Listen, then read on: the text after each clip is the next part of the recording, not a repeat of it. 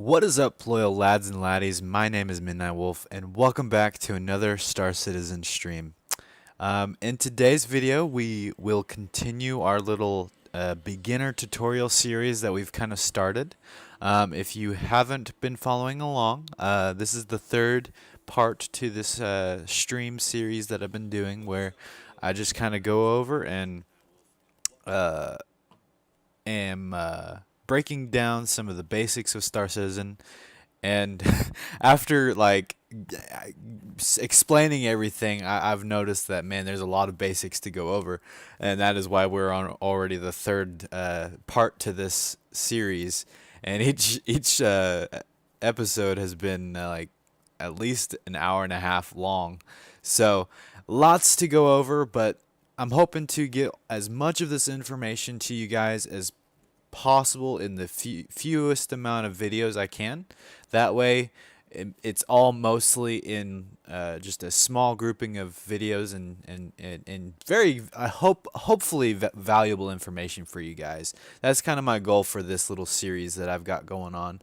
So, if you have been following along, you'll know that we've where we left off was we just got a crime stat because we did an FPS mission, and there was a mistake where I thought I was shooting a bad guy, but apparently it was a good guy, and so I ended up getting a crime stat, unfortunately.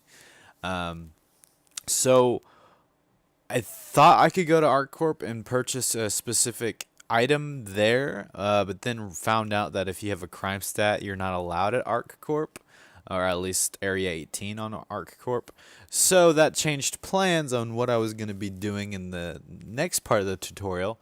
So what we're going to try to do is we're going to try to clear our crime stat. So that'll be kind of the first objective of this next segment of the tutorial. Right now I'm in the main menu of the game. And I kind of also wanted to take this opportunity to kind of show that I logged off in the last episode, and I'm going to log back in, and I should be in the same exact spot as long as, you know, everything goes according to plan here. So it kind of goes to show, you know, the how the bed tech works. So we're going to go ahead and enter the universe, the Star Citizen universe. So sit back, and I hope you guys enjoy this.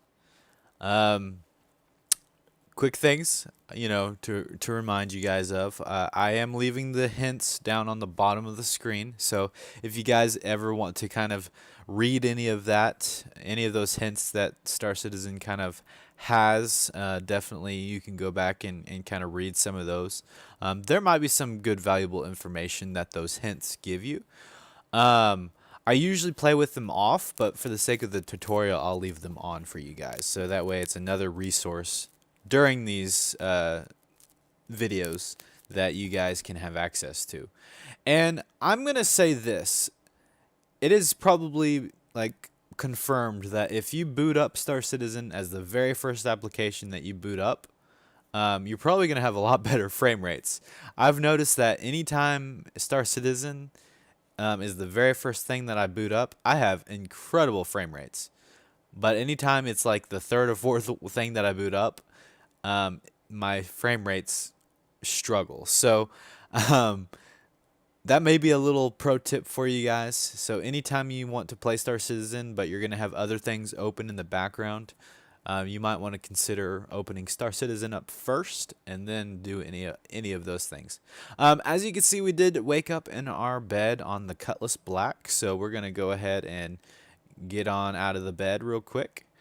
And we should be just somewhere in the middle of space. So if we bring up our star map, we are somewhere above ArcCorp. We're just a little bit a ways out from Wayla, the moon of ArcCorp. So our objective for today is we're going to try to go to Crusader, this little planetary area. And we more specifically are wanting to go to Yela. And then even more specific than that, we're wanting to go to Grimhex. This is another major landing zone that is a common place to go to. I think you might even be able to set your home there at Grimhex. Whenever you set your primary residence, I think you can do Grimhex. I think you used to, at least. It may have changed when they added Orison. I can't remember exactly, but Grimhex is a major place. It's, I guess, kind of the history and lore of Grimhex is it is kind of like a crime. It's more of like a crime hub, uh, space station. So that's kind of where you would mainly go to, um, be kind of safer from the law, if that makes sense. So we're gonna definitely take a trip there. We're gonna purchase a couple of items that we need, to go clear our crime stat. And then once we finish going to Grimhex, if we zoom out of Yela and we look at the other moon of Crusader, Selen, we could see there is a security post called Security Post Korea, and it's on a little satellite thing that orbit, or a space station thing that orbits Selen. And so that's going to be our end game, if you want to call it that, to clear our crime stats. So that's kind of our objective, to get this first segment done, so that way we can continue on and do some more missions later on. But that's kind of the first order of business. So we're gonna close out of the star map for now. I'm gonna go ahead and hide the comments section, so that way it's not too distracting and all that good stuff. Looks like we got 75% hydrogen fuel, so we're gonna definitely want to fill up pretty quickly. I'm gonna go ahead and just generally click Crusader to go to. If well, you know what? I might go ahead and show off the multi-step, how it kind of automatically picks your route for you. And it looks like it may not work. Sometimes it's a little buggy, and so you do have to just go to the Crusader. So we'll just do that first and go from there. So yeah, now we are going to spool up by pressing the B button and wait until the calibration is complete. And we are ready to jump, or quantum travel rather. I keep wanting to say jump and jump points and stuff like that, but those are different things. It's similar, but it's different. So anyways, to quantum travel, you just hold B, and you will travel to your destination. And as you can see, we are 41 million kilometers out, so it's going to take quite a bit of time for us to get there.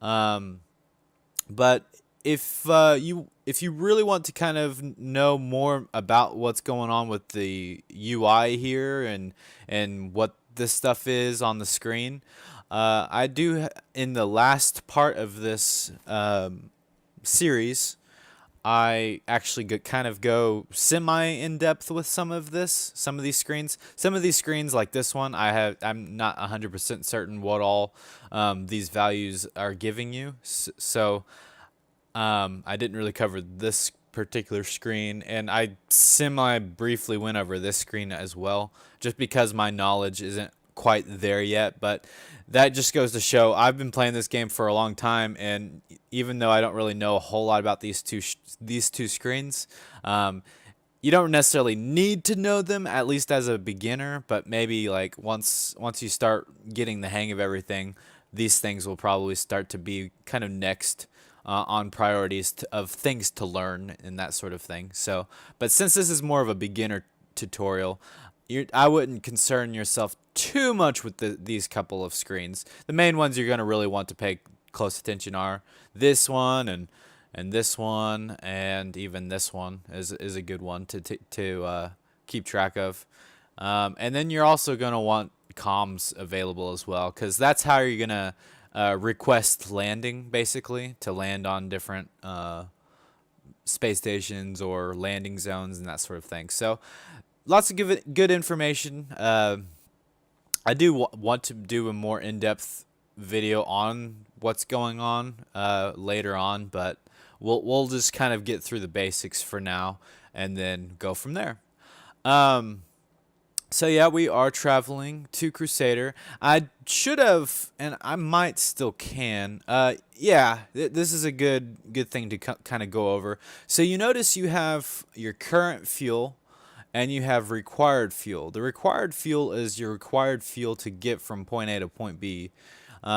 Fairly self-explanatory, of course. So that just kind of lets you know what the fuel cost is going to be, and so then you'll kind of, from your current fuel, be able to know whether or not it's a safe travel for you or not. Otherwise, if you don't pay close enough attention to this, you may think that you have enough fuel and you quantum travel to a location and you run out of fuel.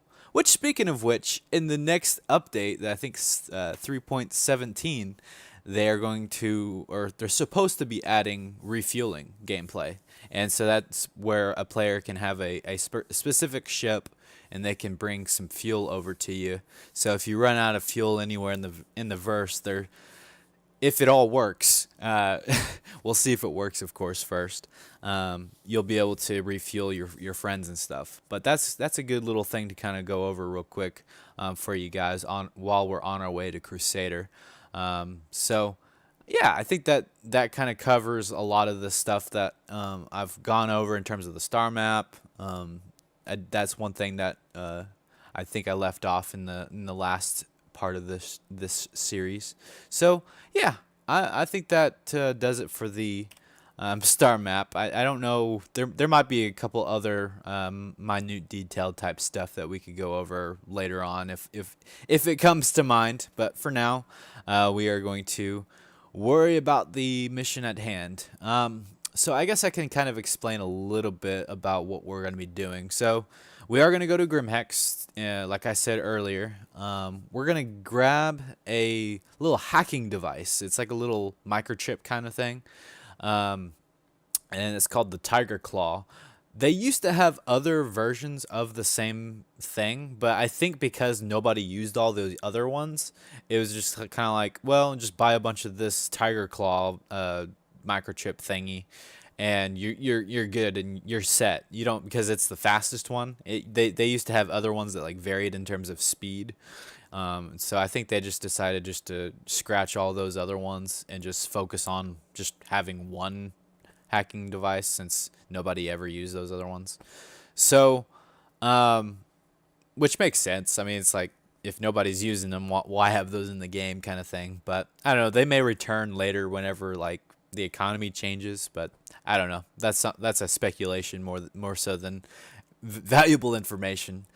So once we get that, yeah, then we will have to go to the security post Korea over by Selen, and there's going to be a terminal within the facility that we have to insert that little microchip thingy.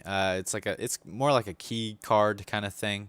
There's like a little slot on this terminal that you actually physically have to put the little key card in, and then once you do that,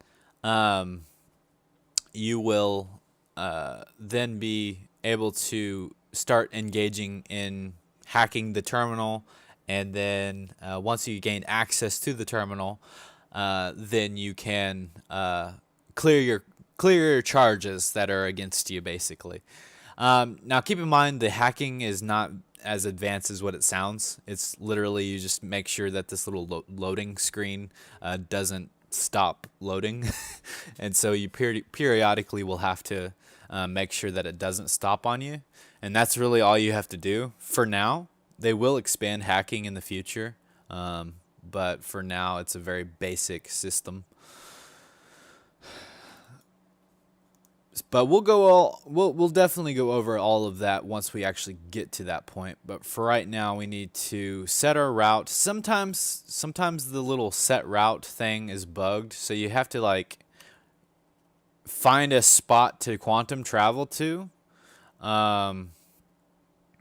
Let's see here. What's a good location to go to? Could just go to Selen real quick. I could have gone to Daymar too, but I might just quantum travel to Selen. That might be a good location to travel to real quick, and that might put us in line of sight of Yela. So So we'll do that real quick. And then once we get to selling, if we bring up our star map, we should be able to actually pick yellow and set our route there. And as you can see, we have a straight shot. But instead of clicking yellow, let's see if it will allow us to click on Grimhex and set our route there instead. Okay, cool. So now, not only do I have a route to get to yellow, but now I also have a route to also get to Grimhex. So therefore, I don't have to get back into my star map once I arrive at yellow, basically. So that's kind of the benefit of kind of picking the location that you're wanting to go to more specifically, is then you don't have to open up your star map. But like I said, sometimes the star map bugs out on you and you have to do it anyways. But what's up, Squirrel? Welcome back, buddy.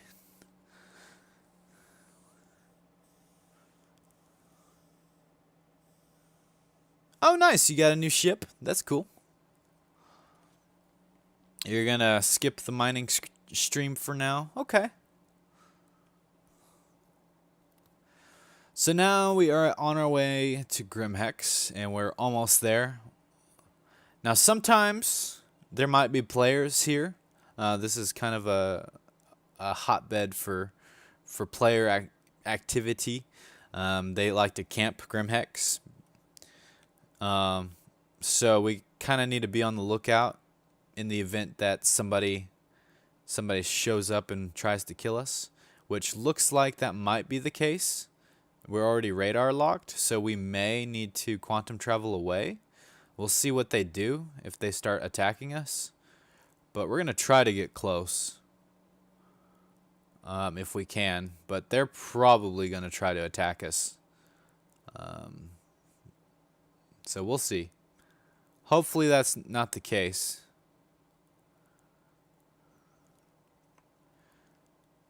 To do a ping, like I just now did, you can hit the tab button, and it will ping out locations. This is useful for like mining purposes. You can find some different minables and stuff using that method.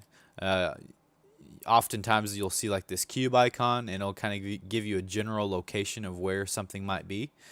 And then you can see that rock icon. That is like a guarantee, like, okay, that is a mineable resource. And we're in an asteroid field, so you can actually do like asteroid mining and stuff like that. So, but we don't have a ship that is capable of asteroid mining, at least not yet. So I won't be able to show that off really. But it's kind of the same principle as hand mining, pretty similar mechanics. So I could definitely go over that eventually. Let's see. I'm within the armistice zone, but I could still be fired upon. Uh-oh. I'm hearing people flying around. That makes me nervous.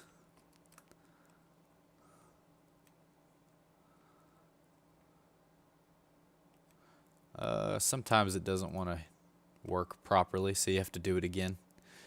So basically we're requesting to land, if it actually works. Oh, there it is. It's working now. It just didn't go. It didn't let me know for whatever reason. It's making me nervous that this guy is here. I feel like he's gonna try to attack me.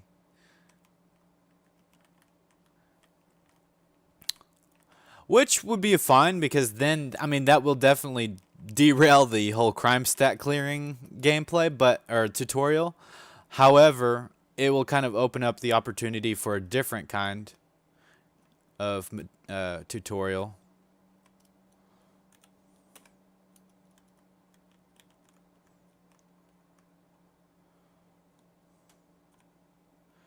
Looks like he tried to attack me there.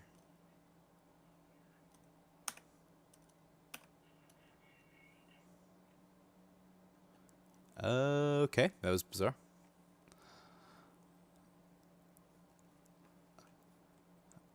Are they gonna... It may be glitched out for for whatever reason here. Yeah, I think it is actually. I'll try to lift off and then back up and see if that helps.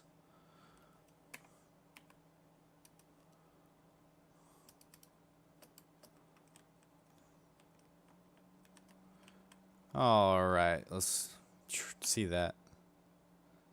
Did that work? No, that's weird. That's really bizarre. Did I go in the right hangar? That's weird.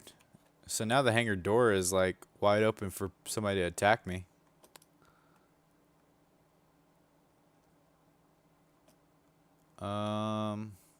Well, I guess I will back up and see what happens.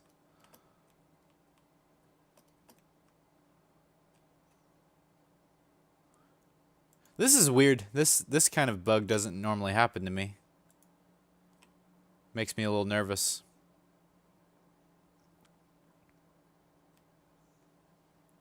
I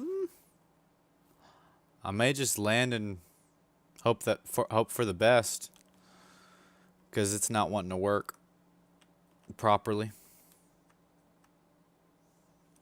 That's weird. I've never experienced that one before.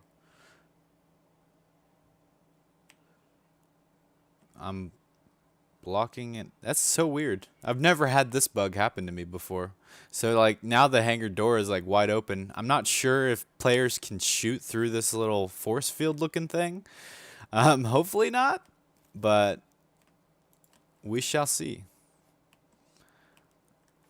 I'm gonna see if it'll allow me to store the ship, or at least claim it maybe. That may fix that. That's really weird though. All right, so we exited our ship and now we are coming to the elevator at Grimhex. And just like in the previous tutorials, you're just gonna go to the lobby of the elevator.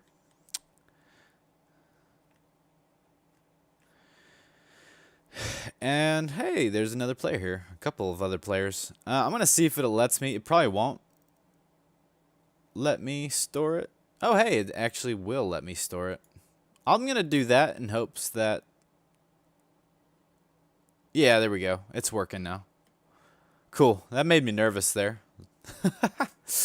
Alright, so...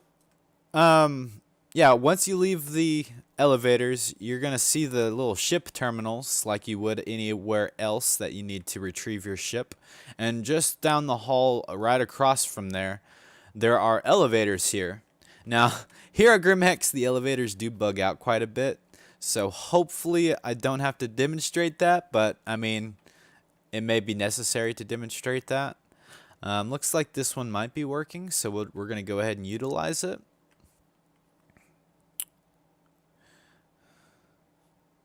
Uh-oh. Run. Okay. See, normally when this happens like this, where we see two of the same little doors, that means that you are stuck. So when we leave here, we are definitely not going to use that elevator. And hopefully it's not the same thing on this side. Otherwise, we may run into some issues.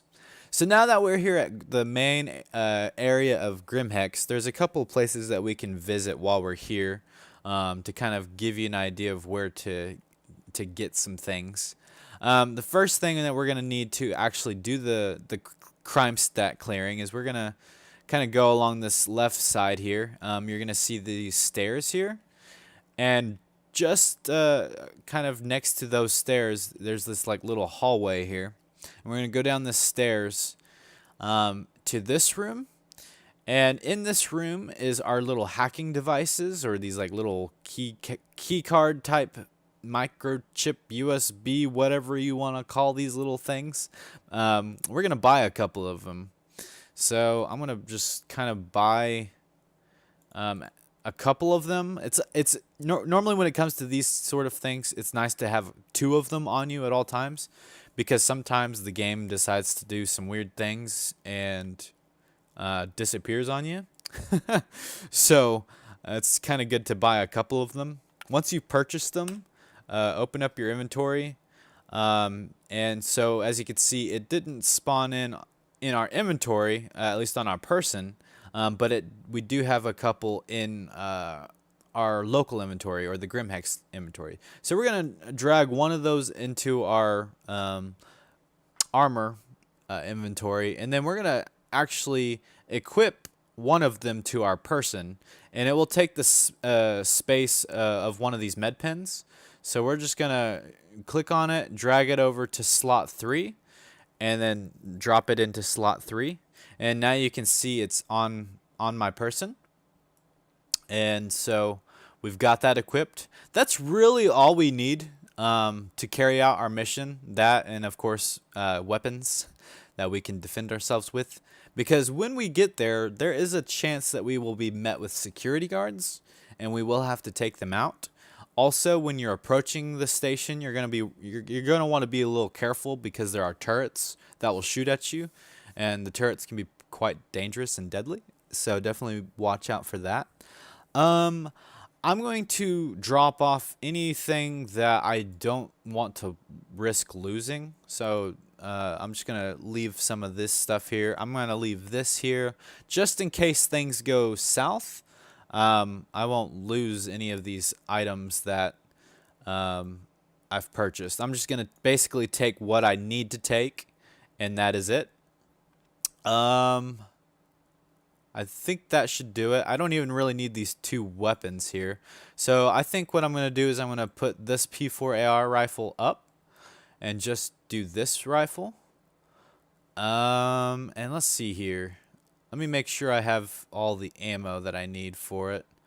Looks like I have 2 empty slots, so we're going to go ahead and fill up those empty slots. And now we're completely armed and ready to go, basically. But while we're here at Grimhex, I figured I could kind of go over this particular landing zone if this is where you decide to spawn at, or if you set your spawn here from your adventures and you want to start here, like, or maybe you're like in the Crusader area and you want to set your spawn relatively close to this area. You can definitely set your spawn here, and so I'll kind of help you navigate where you would go if you start off here, or if you spawn here from dying and stuff. So yeah, so if you go up these stairs, you're gonna see like habs and stuff that you can actually go inside of. So this is like hab zone A or whatever, and so all these are different like habs that you can spawn in whenever you log into the game. So you're gonna come out and notice that there is of course those stairs that we came up, but let's kind of, while we're up here, let's kind of go along the edge here to see what we come across. So if we come in this little doorway, might as well come here since we're up here. This is actually where you can buy ship components. It's called Dumper's Depot. So you can go up to these terminals and kind of get different ship components and paint jobs and that sort of thing. Let's see. So you can get quantum drives, which is basically the thing that allows you to quantum travel. So obviously the better one you have, the faster you can get to your destination, or it spools up faster than other ones. You know, they have different benefits and that sort of thing. Shield generators, obviously, that the better the shields you've got, the better off you're going to be, the more tankier you're going to be, that sort of thing. Then you've got power plants. That's a very important component, because that's like, if you don't have a good one that can sustain all of the different components that you have, your ship will be like easily, it can disable itself if you're not careful. So you want to make sure that you have adequate power that is able to power all of your different components. And then you've got coolers. Those are definitely important. I don't know what all the coolers affect, but I think it does. It may help with like if your weapon overheats, it may cool it down. I'm not sure exactly, but that might be something. Then you also have your vehicle weapons tab, and you can buy different weapons for your gun. And I guess I can go a little bit into the difference between what is it? What am I trying to think of? Gimbal mode or Gimbaled Weapons. So you can have stationary weapons that don't really move. Like you have to actually physically move your ship to aim at. And then you have gimbaled weapons, which have a little bit more flexibility and they can rotate and stuff, not necessarily with your ship. So it has like a bigger cone of effect whenever you're shooting somewhere. And so it almost has like an auto aim in a way, but I can kind of explain that a little bit better visually possibly later on when we're actually doing ship combat. So yeah, here's like gimbal mounts. So you would buy one of these, and then you can buy a gun to attach to one of those, or you just buy the gun and then attach the gun to the ship directly. So this is kind of like the go between the ship and the gun to make it gimbaled, basically. And you can buy different missile racks, and the different missile racks, I can't remember what the numbers are, but the numbers are actually significant to like, it's like how many racks there are, and then like how many missiles per rack. I don't remember which number is which, but it's like each one is significant. But I'm not, yeah, that stuff, that's kind of the stuff you don't really necessarily need to know in terms of beginner basics, so I'm not really going to fully go over all of that just yet. And then utility, you can do mining stuff with your ship. You can do like different mining modules to have better mining lasers and stuff like that. So the better the laser you have, the bigger asteroid that you can crack open, or you could do, of course, rocks that are on planets themselves. But I haven't really done a whole lot of ship mining, at least by myself. So I don't know a whole lot about the mining stuff yet. But I do want, one of the next couple of ships that I want to get will be probably the Prospector eventually. I'll definitely save up for that, probably after the M2. That way I have another activity that I can engage in, such as asteroid mining and stuff like that. So I definitely look forward to doing stuff like that. But yeah, I'll probably do another tutorial over all of that once we actually can do that type of stuff. Real quick though, I want to see if there's a good paint job for my ship that I have, which doesn't look like it. So, all right, we're gonna move on. So yeah, and you can also kind of physically go up to any of these components and actually buy them off the shelf if you want to do it that way. So you have your options there. And that it will do it for this upper stairs area. We can now kind of make our way downstairs and go to another section of the facility. If you've watched like the first part of the series, you'll know that this is where you can pay your fines that you may get from parking your ship in the wrong location. So that's where you can do it here at Grimhex. Now we can go on to where you can buy gear. So if you go up those little stairs and come in here, you'll see this little shop here that says open on the right side. As soon as you come in through those doors, you can come in here, and this is actually where I buy my armor.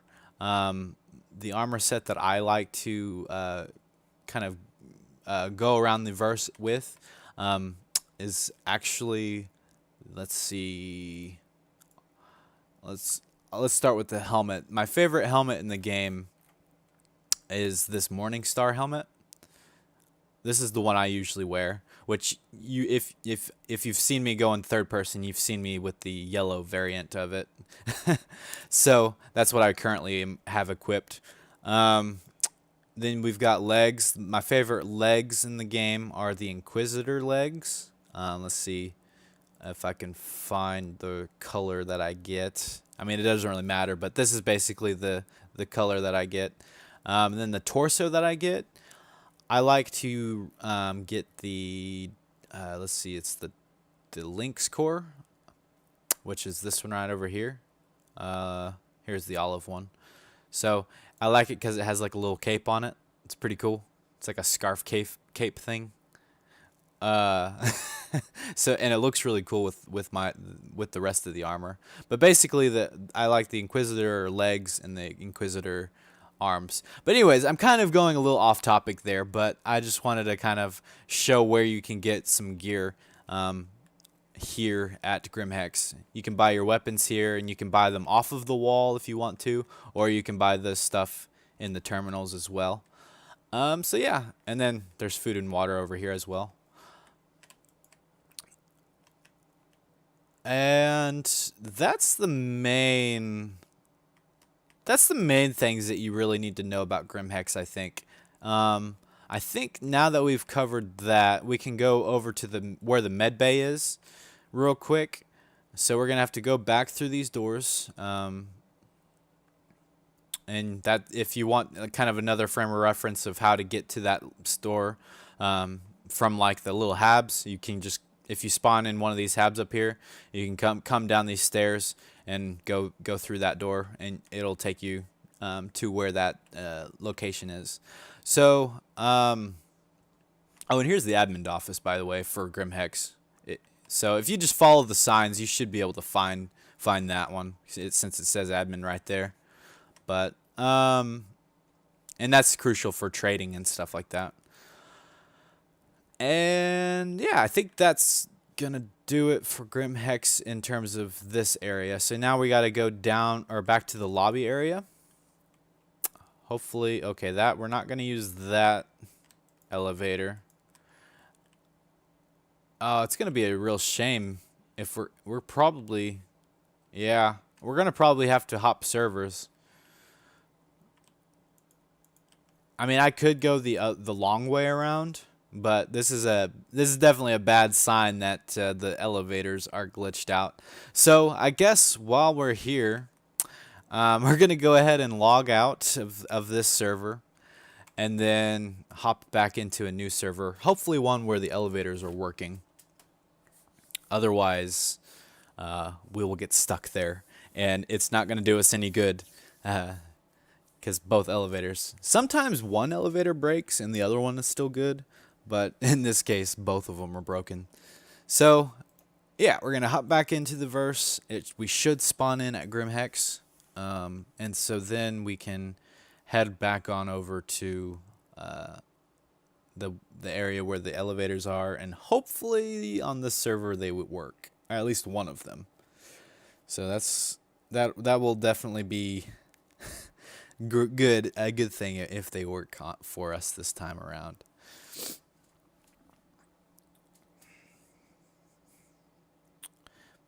So you may want to avoid Grimhex if you can. That may be a good thing to avoid to the best of your ability, just because of the whole idea that you can you have to deal with these very buggy elevators, but sometimes they work. So it's just kind of one of those things that you got to kind of deal with. Find all the workarounds. I don't really know the full route on how to go the back way. That's kind of why I'm like hesitant to do that whole route. But so now we spawned in, and we're in one of those habs. So we're gonna go ahead and run down these stairs here.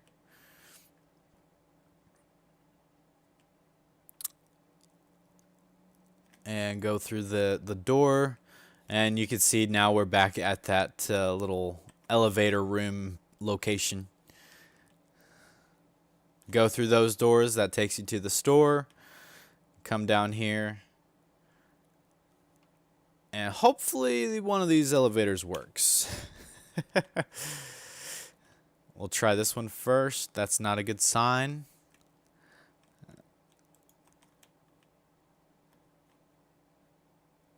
We'll try this one. Okay, this one looks like it's working. So we can definitely use this one. Go to the lobby.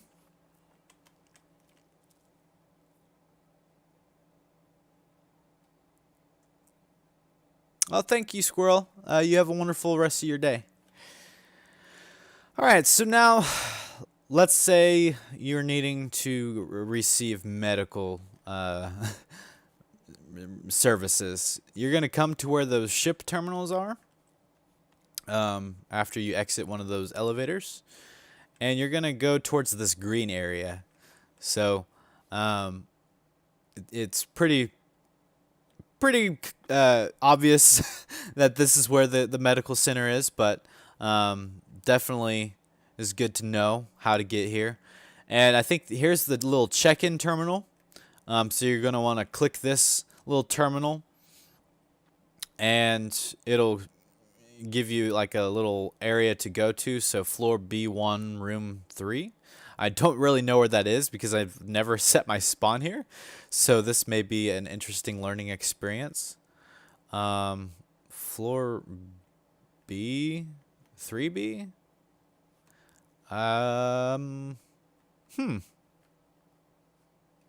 I've actually not done this before at this location. So I don't really know where that location is. I guess maybe this is it. And then room 1. Maybe? Yes, no, maybe so. Was it room 1?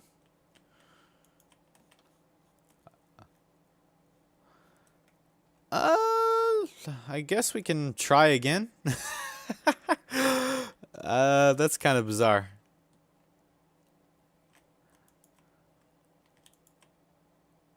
I'll try again. We'll see what it says. Room 3. Well, maybe that was it. Maybe I got my numbers mixed up. So room 3. Here it is.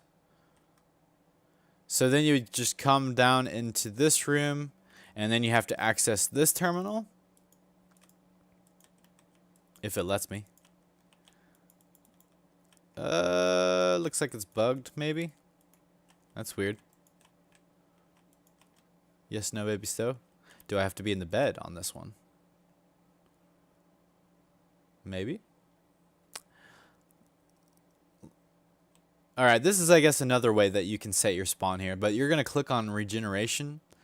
And you're going to transfer imprint. And that will transfer your spawn here at Grimhex. I'm not going to do that because I don't normally do a lot of business here in Grimhex. So if I die, I would rather spawn wherever it is that my spawn is currently located at.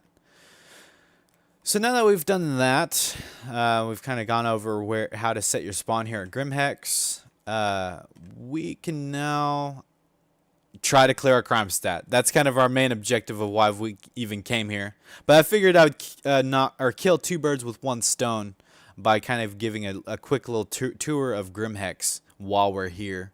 Because while I go to places, I want to try to cover, you know, where you go and what you're supposed to do when you get there, kind of thing. As we see fit, you know, as we get to a location. I think that it's kind of good to know that, because I know whenever I first started off, I had no idea where the heck to even go. It could be quite the maze if you have no idea where to go. You can also look at like signs, and I definitely recommend, if it's your first time playing, to read as much as you can, all the different signs, because they may tell you very important information about like where to go, and so definitely do that to the best that you can. And then eventually, once you've visited the places enough, it's gonna become like second nature, and you're gonna be able to navigate these places pretty much with like zero thought. So now that we've got our little hacking chips equipped, we've got ourselves armed up and ready to go. We're going to go ahead and bring our multi-tool because we might could actually loot the place and take some loot with us. But I think we're ready to go ahead and clear our crime stat. Now, Korea, you don't necessarily have to go to Korea. There are definitely other locations that you can go to, but this is the one that I'm most familiar with. And plus, it's really close to Grimhex, and you're going to need those hacking tools anyways. So, that being said, let's go ahead and actually here's a good tip for you. Since Grimhex is kind of a common place for players to kind of camp at and wait for bounties to show up, it's probably a good idea to go ahead and set our destination first, because right now the hangar doors are closed, so nobody can shoot us. Which is we're gonna definitely want to take advantage of that, because as soon as we leave these doors, I mean, you can see right over there, there's a player just outside the hangar that may or may not be a friendly. So we're definitely not gonna take that chance, and we're gonna go ahead and head on over to Security Post Korea. But we're gonna go ahead and get our route kind of picked out. That way, as soon as these doors open, we can fly out, spool up, and quantum travel, and get the heck out of here. So that's kind of the objective right now. So we're gonna go ahead and request takeoff. Basically, we're gonna lift up, wait a little bit until these doors open up wide enough. But if you're like me, sometimes you get impatient and you go forward before you're supposed to and break up one of your engines. So looks like I think we're pretty much ready to go. And now we can go ahead and immediately spool up and aim our ship towards Cellin. And boom. So we were able to jump out of there before anybody could attack us, which is definitely what we wanted to do.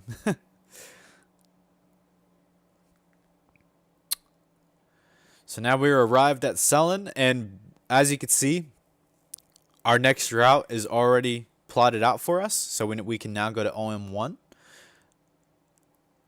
spool up, calibrate, and jump. And then once again, our next destination is already plotted out for us, so we can aim at it, calibrate, spool up, and jump. Now,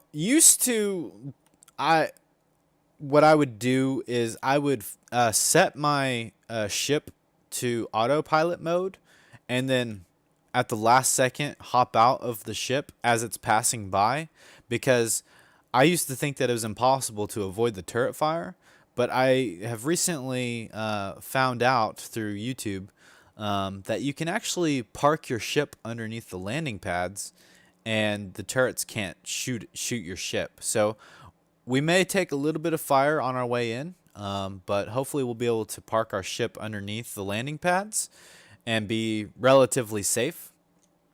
So that's what we're going to do. So we're going to kind of first aim towards the little spike of the station, and kind of get underneath it and then fly up it. That way we're underneath the turret fire and they shouldn't be able to get to us, hopefully. That's kind of the idea, at least. There might be other players here, and every other time that I've been here, there are NPC security guards as well. So we're gonna want to make sure that we have our weapon drawn and we're ready to engage in any kind of combat that we may have happen. So, oh, I just ran into that. That was fantastic. I think I can park underneath here. Maybe.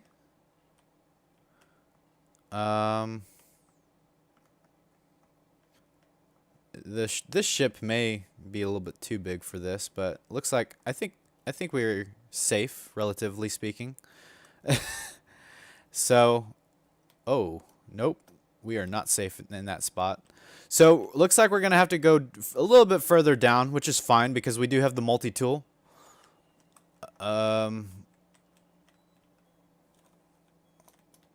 Uh-oh. There might be another player. Oh, it's a security guy, I think. Uh-oh.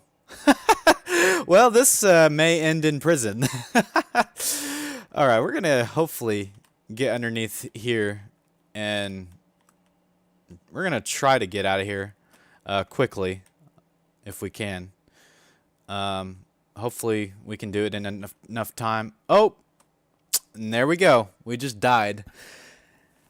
So it's probably better. I should have probably brought my arrow. That would have fit underneath the landing pad. I know that has worked in the past. The Cutlass Black is a little bit bigger of a ship, and so that was definitely my bad there. But hey, instead of clearing our crime stat, I guess that's going to kind of change what we're going to be doing. Since we died, we now are in prison. So I guess that kind of leads us into, okay, what do you do in prison?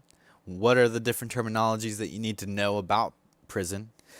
So right now we're in the Glacier Rehabilitation Center. And I don't know. Oh, that's kind of bizarre. So if we open up our star map, I'm trying to see. It's showing that we're on Hurston. No, it's showing we're on Aberdeen rather. I think I guess that's where the Glacier is located at. You know, anytime I come here, I like never look at the map. So that's kind of funny. So yeah, we're in Aberdeen. And players can actually visit this place and actually help us break out of here if they wanted to. But we're going to go ahead and kind of walk through the different steps. So we got to go to this little terminal and enroll in the program.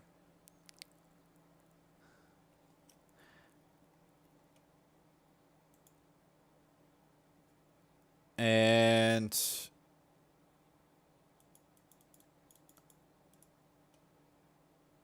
I guess we got to wait for this guy to stop talking. I don't think we have to. We could just leave it. So, yeah, if you're playing along, if you want to sit there and kind of listen to that, that's totally cool. So there's a couple things that you can do here in prison. One, you can literally sit here and do nothing and wait till your sentence is over. But we're gonna look at how long our sentence is here in a little bit. So and then I can kind of better explain things. So at these little terminals in this like central area, I guess that's not the actual terminal I need to go to. Here we go. If we go to this little terminal, we're gonna see our sentencing, and we've got like these little icons that say time served, merit contribution, original sentence, sentence extension. So we are supposed to be here in prison for looks like 2 hours due to what we have done. We had a crime stat rating of 3, so that's no surprise that I'm here for like 2 hours. I've seen it as high as like 12 hours before. I think so. I think it's like probably crime stat 5 is probably like 12 hours long. But you can also go mining and earn merits, or if you have friends, you can also send merits to other people, or you can send them to your friends as well. So, for instance, the same way that we were able to send money, if we go to the little trader service and come to go to begin, and let's just pick on somebody random. Let's do Tacarvalo. We can actually give them merits if we go to UEC and select merit. However, we have 0 to give, so therefore I can't really give him anything. But if I did some mining and earned some merits, I could actually send him some of this, so I can help him get out of prison faster than I get out of here. I know some people use this, they kind of take advantage of this using alt accounts, and they'll like have their alt account completely dedicated to storing merits, because once you leave the prison system, any merits that you have get set to 0. So that's kind of important to know. So that's kind of why people use alt accounts to kind of have like a little merit bank, and then anytime they go to prison, they can just tap into that and get out of prison a lot faster. So there is that. So that's how you, of course, send merits to people. Now we're going to go into how to earn merits. So what we need to do is we need to go towards the mines, and let's see, I think that's where you purchase the tool, if I remember right. It's been a while since I've been here. You go through this little facility, and you're gonna, at this little fork in the road, you're gonna turn left, and here's like these little terminals that you can come up to, and you can utilize the merits that you've got to purchase different tools and things that you need. However, I think we might already start out with, we already start out with a mining tool, so right now we don't have to buy one of these. But if you somehow lose yours, then you have the ability to purchase another one. But you need to definitely go mining first to be able to earn merits. But this is a good way to, like,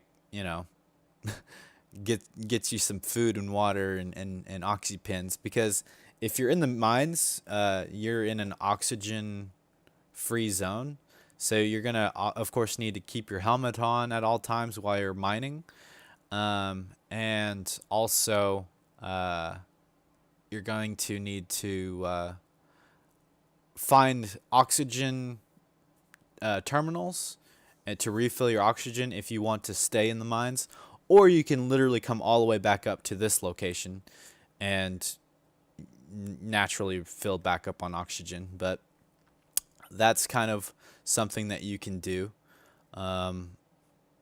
So let's see, we've got that covered. Before I go into the mines real quick, I can at least kind of, while I'm over here, show you a specific code that you're going to need if you want to break out of prison. So if you come over to this area,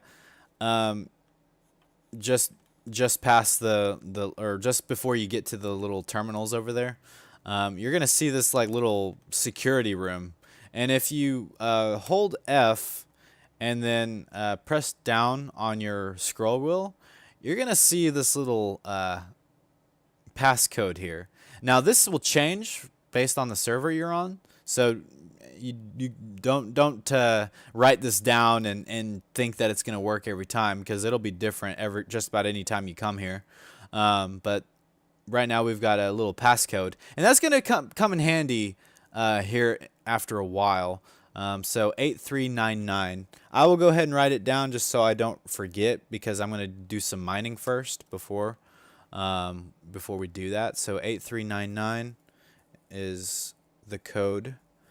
But I'm just going to write it down because I'm going to do some mining first and kind of get you introduced to how to earn merits. So So you're going to open up this door, and keep in mind, the further into the mines you go, the more likely you're going to find more valuable stuff.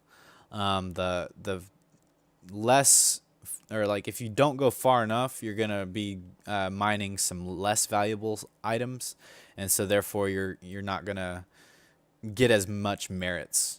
So each gem that you can get in normal gameplay, and I'm probably about to die. Whoops. Yeah, there's low gravity on this planet, by the way, so and my character was kind of flying all over the place. So definitely don't do that. That's definitely a good tutorial there. Definitely don't be like me. That's what not to do. Don't jump all over the place, or you're gonna fall off the catwalk there. Yeah. So now that we're spawned back in the glacier facility, and because I died, I think that actually extends my stay here, because they're gonna think that I tried to escape. Possibly. So we're going to see if that's the case real quick. I know if you are actually trying to leave, looks like, yeah, our sentence actually did increase a little bit. That's unfortunate. Just because I died on accident. But that's okay. We're probably going to be here a while anyways. So, all right, there's the processing facility. Where do I need to go? Here's the mines. So, all right, take 2 of this mining excursion. I'm just going to double check, make sure that the code is the same one. It should be. Yeah, A399. So we're good. And we're going to head back into the mines. And hopefully we don't die this time.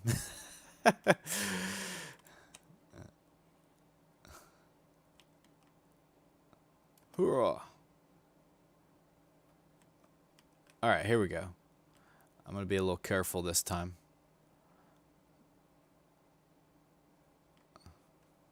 Alright, so, like I said earlier, the further you go in to the mine, the more valuable of resource you're going to get. Now, there's 3 different kinds that you can get. There's Hadanite, which is the most valuable. Diorite, which is, I think, the second most valuable, if I remember right. And then Aphorite is the third one. And that's the least valuable, if I remember right, in terms of the values. But I know Hadanite's the more rare one, and that's the one that is going to get you the most merits. But this also applies to normal mining as well. So if you're out doing some hand mining, off on your normal adventures, you can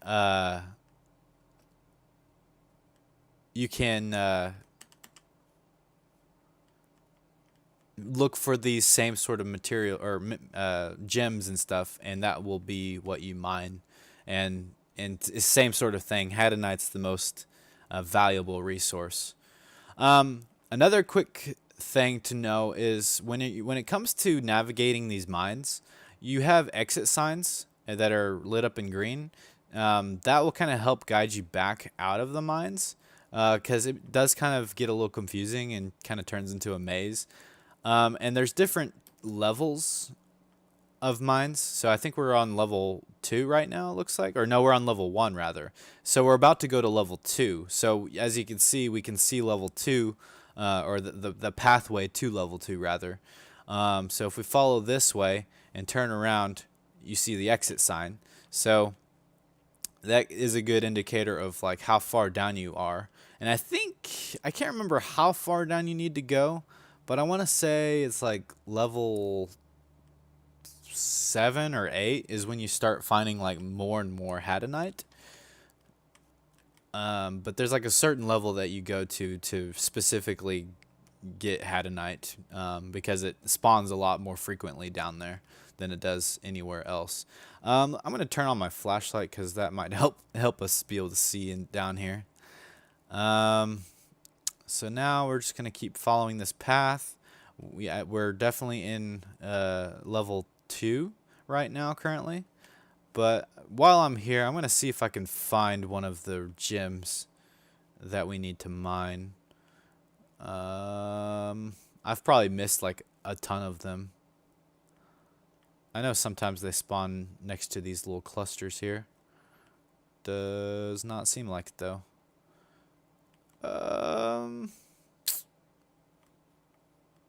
Wow. It's like picked clean apparently. Alright, we'll just keep going then.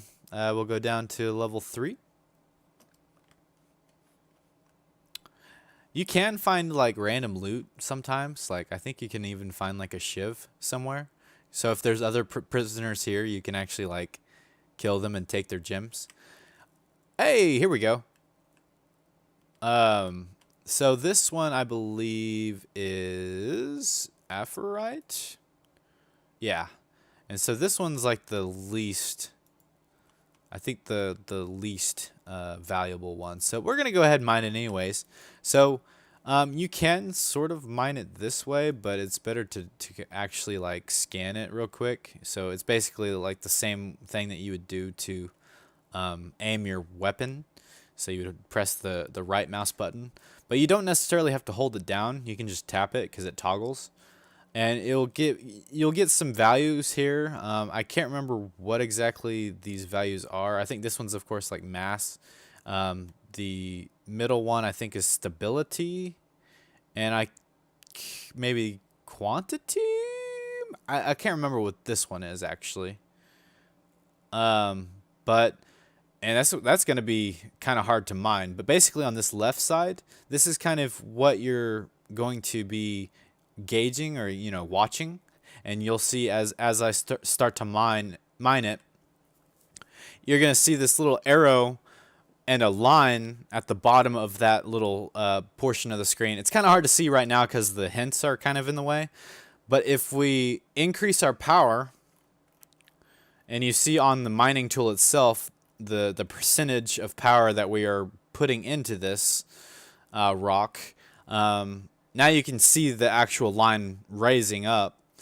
And so the idea is we're going to raise it up to a certain point to where the line stays within that green zone. So once we get to a certain point, we're going to want to lower our power using the scroll wheel. And so once it gets to about there, I think we can kind of drop it down a bit. If you start to overcharge it, which I almost did, a good tip to do is kind of look away for a second, and it will kind of stabilize a little bit better.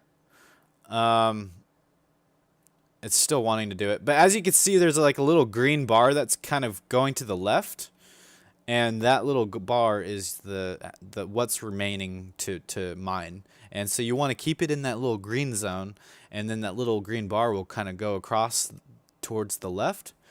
And once it reaches the end, then that's when the rock breaks. Now, if you overcharge it, you stand the risk of destroying all of the gems. Sometimes you'll get some, but if you do get some, they scatter like crazy. And it's almost not worth it to actually pick up, because it's just all over the place, and it would be really hard to find everything. But if you keep it in the green zone, all of the rocks kind of drop down into a nice little cluster. And so now that we've broken that one, we can actually go up to each gem and click store, and actually place it in our inventory. And once we are finished picking them all up, we can then head further into the mine. So we're going to go ahead and quickly store some more of those, and then we'll kind of go our merry way and do some more.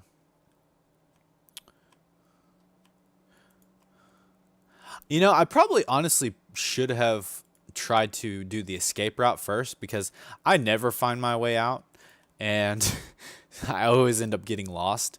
And so then whenever I die, then it extends my sentencing. So I probably should have done that one first, but that's okay. We'll just do this for now. So now that we've got all of the ore, it looks like, from that little rock, we can continue to go on into the mine, or we could turn back around and head on back and cash in on the merits that we will receive from the aphorite, which is not really worth it, but I just kind of wanted to help demonstrate it since it was the first rock we came to. Let's see. So now we just kind of want to look around a bit in this little chamber here. Looks like we got more aphorite. We're going to go ahead and ignore the aphorite going forward because, like I said, it's not really worth it to mine.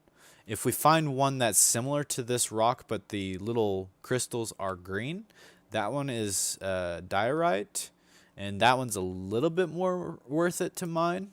But it's not as good as hadanite, which is a pinkish crystal. So I might go ahead and mine the diorite if I come across it, but we shall see. I might go ahead and mine it just so we can see how much we get from each one, because I think we can actually tell how much we get when we sell all three of them. So I'm actually gonna do that. I'm gonna go ahead. I'm gonna try to find a diorite and mine it, and then I'm gonna try to find a hadanite, and then once I do that, I will go and sell it. So, and get my merits, so I can get out of this place sooner than 2 hours. But that's another thing too. It's like, before you know it, you will definitely sink quite a bit of time into doing this sort of thing, and so you'll probably, if you spend an hour in here mining, you'll probably be able to get out of here in that hour. Looks like I'm seeing a lot of aphorite, so we're just gonna kind of ignore those. Yeah, more aphorite. Yeah, we'll probably need to go pretty far into the facility. I can't remember. I thought we would start losing oxygen. Oh yeah, here we go. I guess that's our oxygen level. So we have 2 tanks. We've got... Okay, I had said that this information wasn't valuable to look at, but I guess it actually is here in the prison area. So yeah, we have 61% of our oxygen tank 2 left, and then we've got 100% of oxygen tank of this one, it looks like. Or maybe that's the only bit. I don't know. I'm still learning some of this stuff as I go too. So, because some of this stuff I just don't pay attention to because I don't normally run out of oxygen very often. The only time I ever really run out of oxygen is when I do come to prison, which, here again, I don't really come to prison very often. So, alright, so we got diorite, or not diorite, aphorite, more aphorite. Seems like we're just finding a bunch of aphorite right now.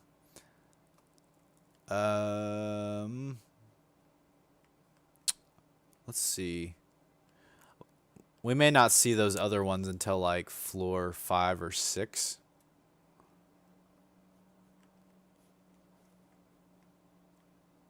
That looks ominously creepy. I kind of am intrigued.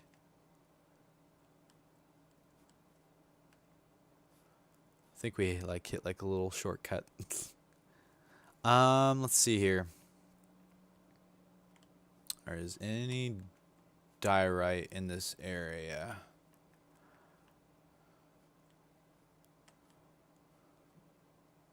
I don't see any, so we're just gonna keep going because I want to get to the levels where we're gonna for sure find hadanite. Okay, so here we go.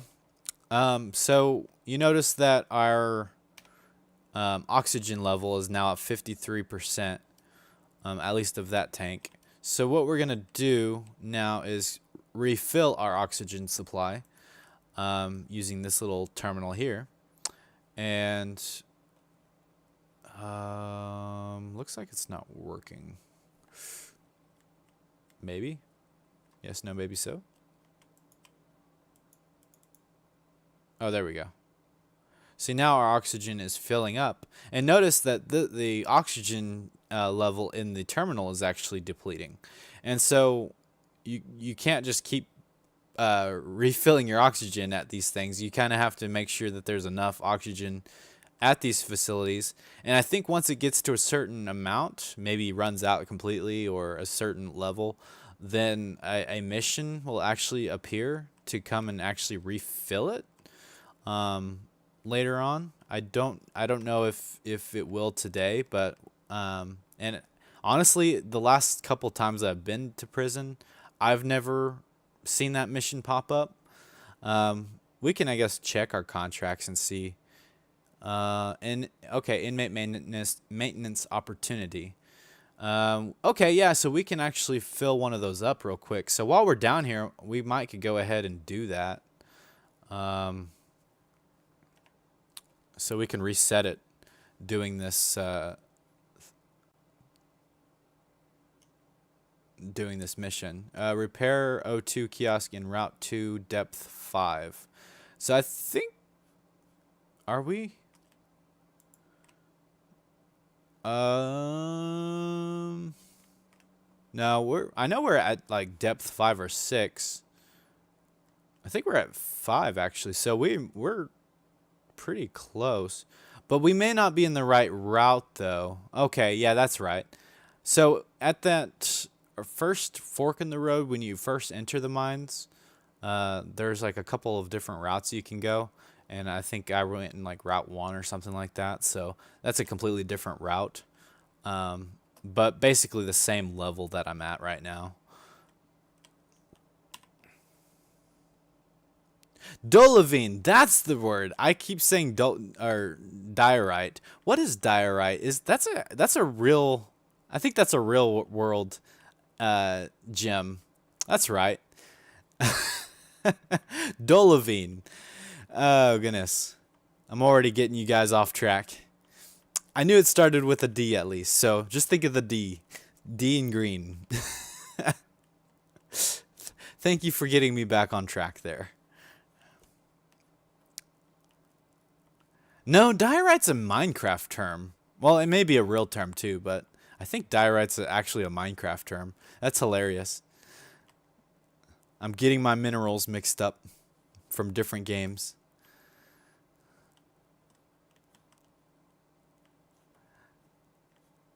You can clearly tell my knowledge of mining is not very great. And this is improvised tutorial too, so it's like as I find stuff, that's when I go over it. So kind of all over the place. Diorite is a coarse-grained, intrusive igneous rock that is intermediate in composition between granite and gabbro. Okay, cool. Oh, we got a little geology lesson going on. That's cool. So as you can see, we actually found a random water bottle here, so we're going to go ahead and store that just for the sake of it. I don't think I'll be able to take it with me when I leave prison, but it's kind of cool to find these little loot opportunities. Hey, here we go. Here's Dolivine, not diorite. So now we're going to go ahead and grab this one, and then we're going to grab some hadonite, and then we'll leave the facility.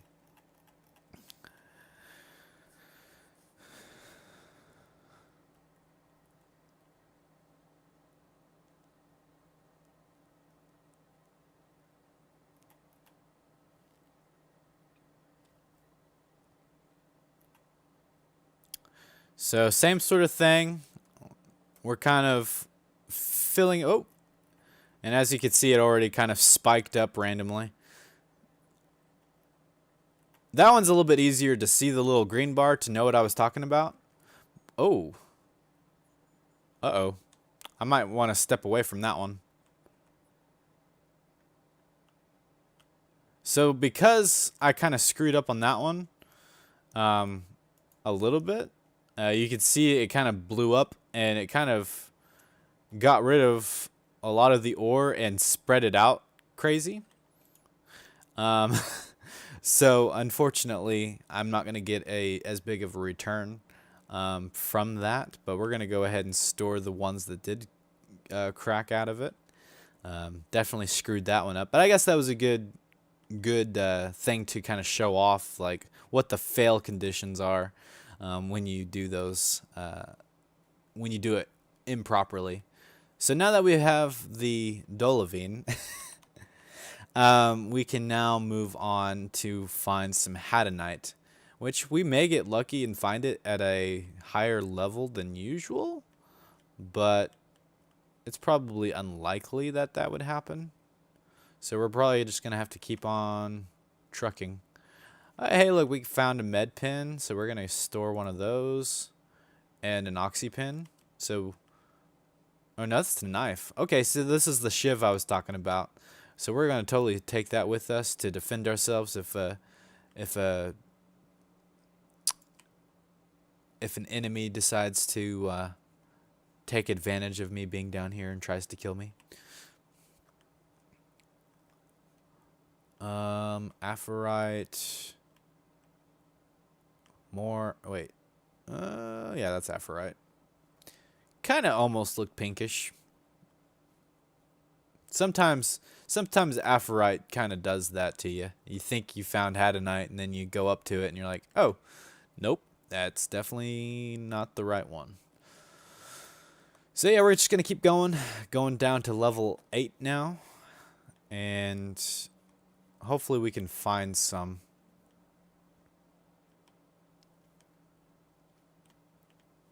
Hadanite. That's aphrite.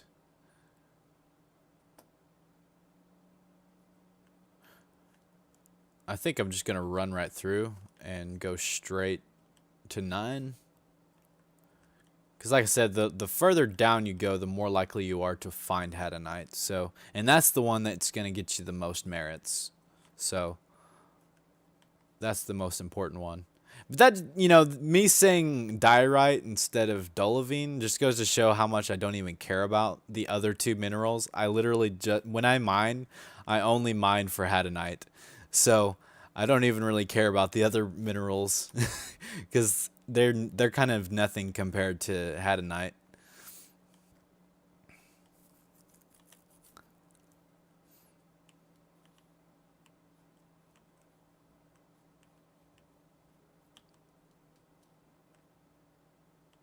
Hey, more water.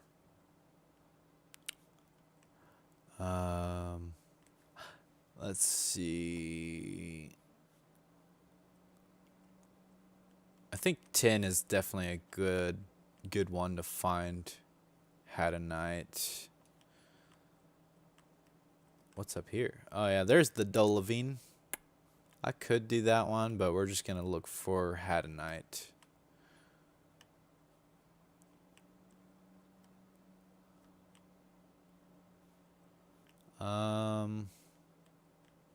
Sometimes it's up in this little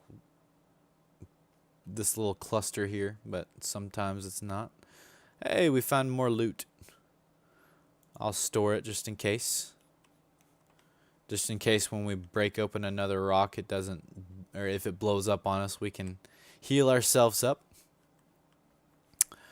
Because you can't, I think I forgot to mention that actually. You can take damage if you accidentally overcharge it too.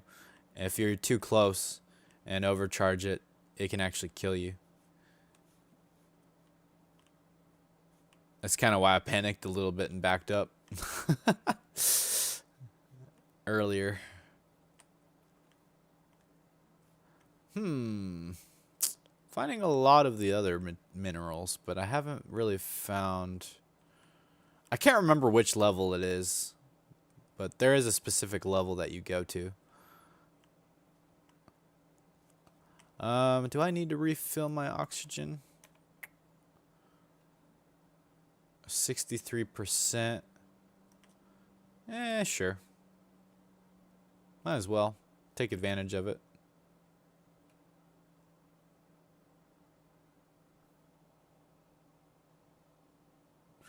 Out in the verse, there is no reason to mine aphrite or dolivine. Dolivine is your lowest value mineral. Is that the right way? Okay.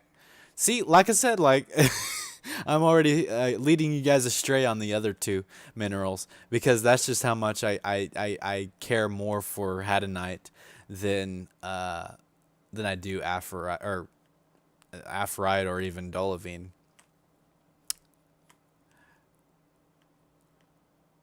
It's way more worth it to mine those. Or to mine hadanite, rather. Oh, no. I'm not seeing any. I just want to do one rock. That's all I want. And then I'll go back to the surface.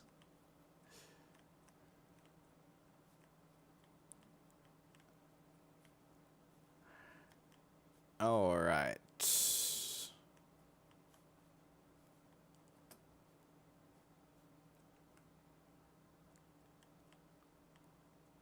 Oh, here we go.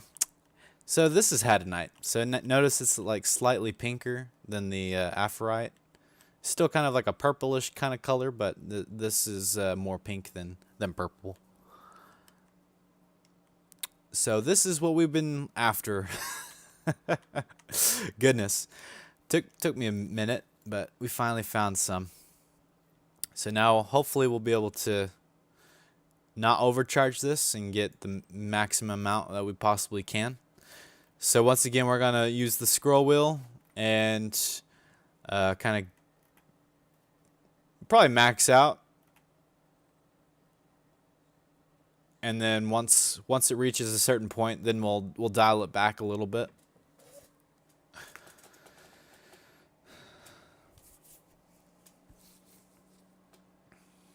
I appreciate you guys correcting me, by the way. Definitely fact check anything that I say because there are times where I definitely forget something and do something out of order or something along those lines. So definitely I appreciate you guys who out there helping me out when I do this sort of thing. When things are slow, you'll mine aphrite. Oh, okay. Cool.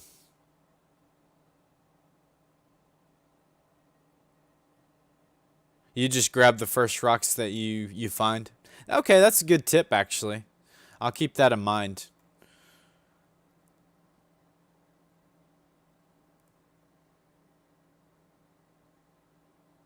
My goodness, this one's taking a while, which may be a bad thing because sometimes the game will lag and you'll think that it's not moving much, but then it's been moving in the background this whole time, and then finally it updates, and by the time you know it, you're overcharging.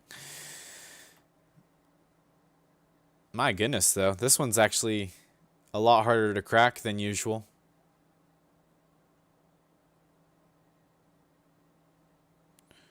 And all right, so I can kind of dial it back a little bit, but it's like requiring just about every bit of this laser.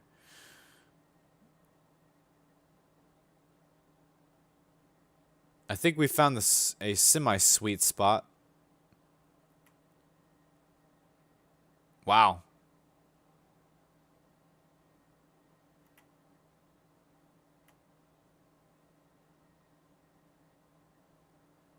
Goodness.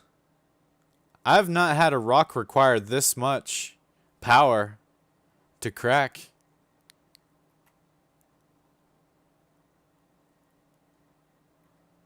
This is crazy.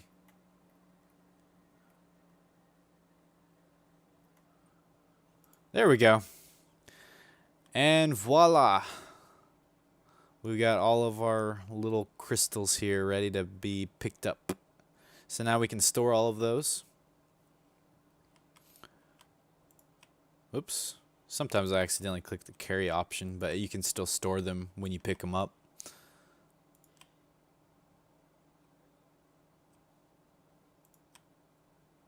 It's not the one I was looking at, but I'll pick it up anyways.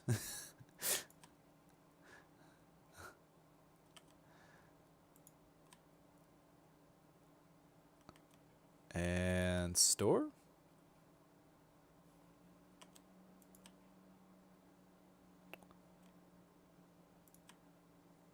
And store. Store. And that might do it.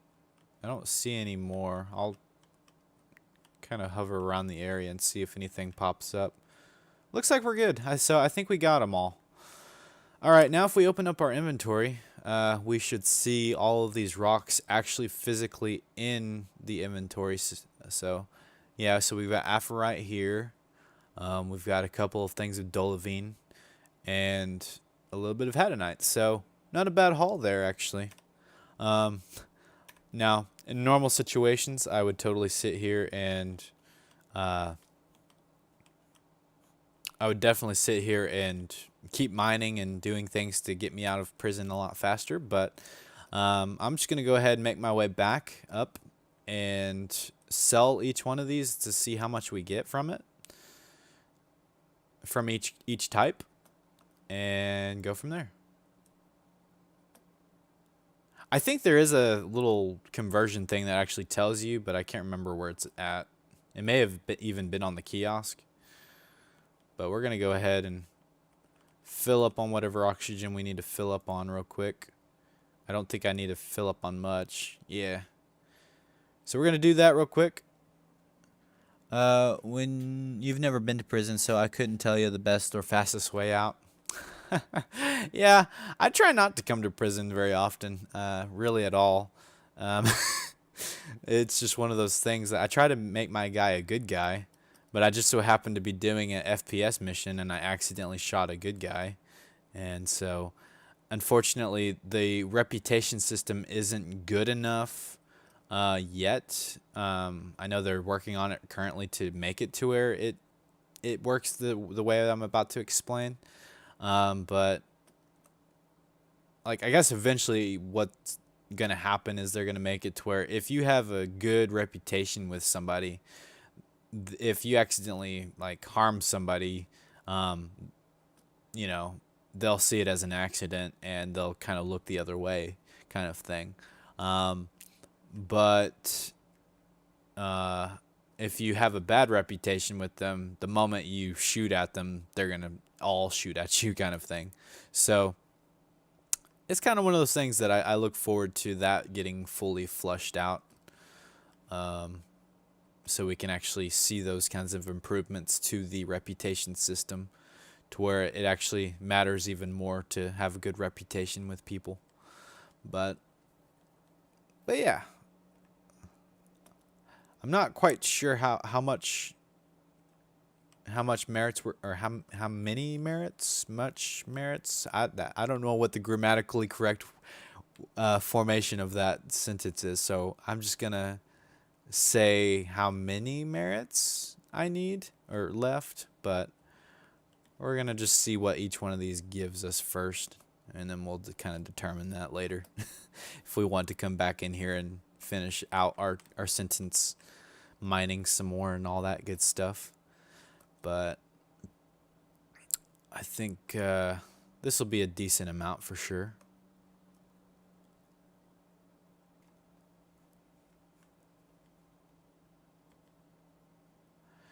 All right. You know, I'm not going to fully show the prison break thing, mainly because, one, I get lost. I honestly don't know the routes out of prison when you break out. But I will show you how to get started at the very least. We'll do that. I'll go a little bit into that. But the main thing is probably the easiest way to get out of prison is to just go mining. mine the stuff out and then leave. Because anytime I try, I get lost, and I know I could totally Google it and probably find a map of it, but I mean, if I really wanted to engage in that kind of gameplay, then I'd feel more accomplished if I find the route out rather than relying on meta type stuff to get me through. So, but I'll definitely show how you get started with the prison break. But even the prison break actually breaks. Breaks the game. Because there's a certain part at the very start of it, like a little terminal that you have to go to, or like a little keypad rather. And sometimes that keypad breaks and you can't leave.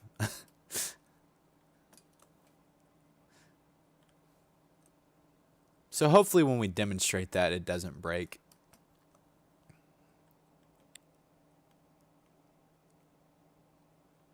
Hard to get in trouble mining. Yeah, that's actually true. Like if you do a lot of mining, I mean, there's not very many opportunities to run into negative type stuff or accidentally shoot somebody and get a crime stat and that sort of thing. So that makes sense. I certainly love to mine, but I definitely like to change things up though at the same time. So I'll like mine a little bit here and there, but then I'll go back and do other stuff like missions and stuff like that.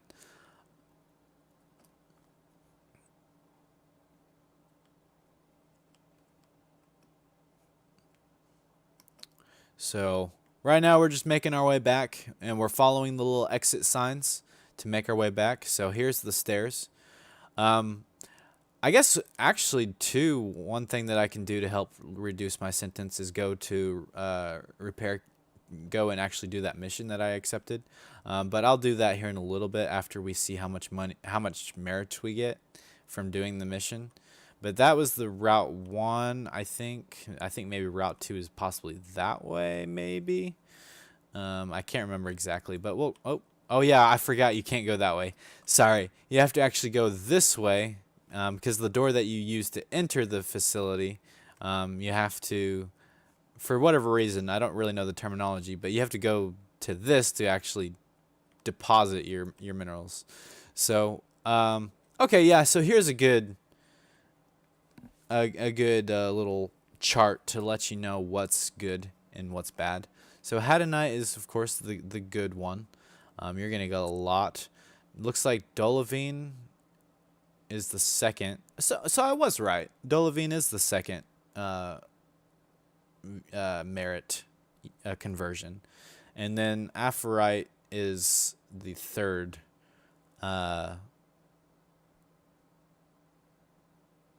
The third one. So, or did I say diorite again? If I said diorite again, definitely like slap me in the face. Especially if I had to do it again. Dolovine is the middle merit, and then Aphorite's the third one. So you can clearly see there's a big difference when you get Hadanite compared to any of the other ones. Like, it's like an insane amount. That's why I don't really care to mine any of these other ones. But as you can see, we already burned like 40 minutes of time. So once we deposit that, or that's the projected time actually.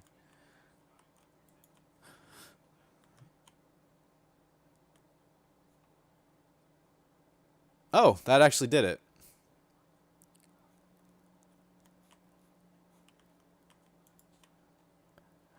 Oh, wow. Well, I guess in that case, I don't have to really do that mission.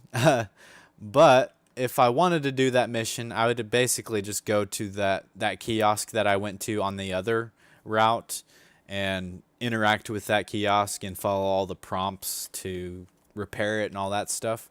And then it'll like refill it and stuff. But for the sake of time, I'm going to go ahead and move on, and let's see what else we can do. But I'm going to go ahead and remove that, abandon that mission, because I don't need to do it anymore. So let's see. I will go ahead and show where to go to break out. So the very first step to break out is finding one of these fans. One of these fans has the route to leave in the corner. So I think it's this one actually. So we're gonna go ahead and run, and because we have low gravity, we can actually jump up to this little cliff here, or this little ledge. And here's the little keypad.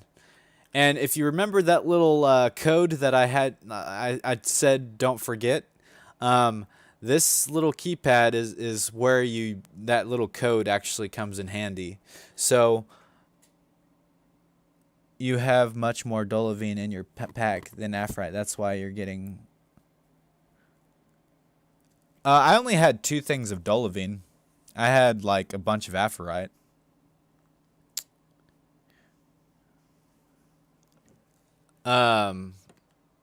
Yeah, I had like almost 2 full rows of inventory space of Aphrodite, and I only had 2 things of Dolovine.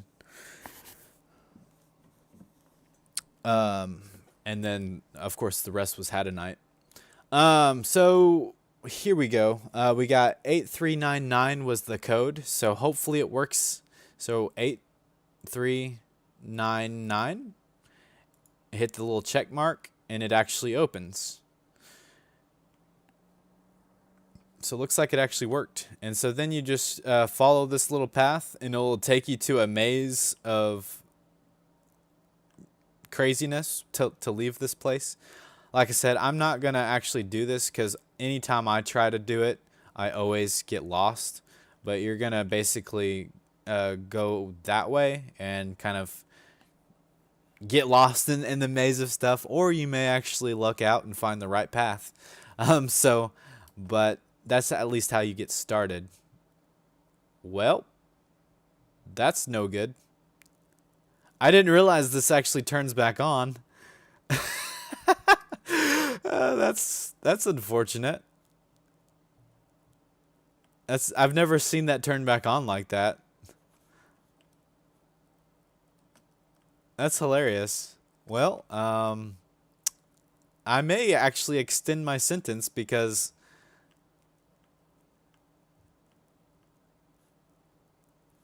well, for science, we're going to see what happens when you die after being cleared.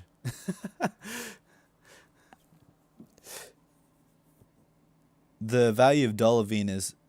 Oh, you're good, man. I don't mean to... I didn't mean to be tacky or anything. I was just letting you know how much I had. But I appreciate you at least trying to help me out with that.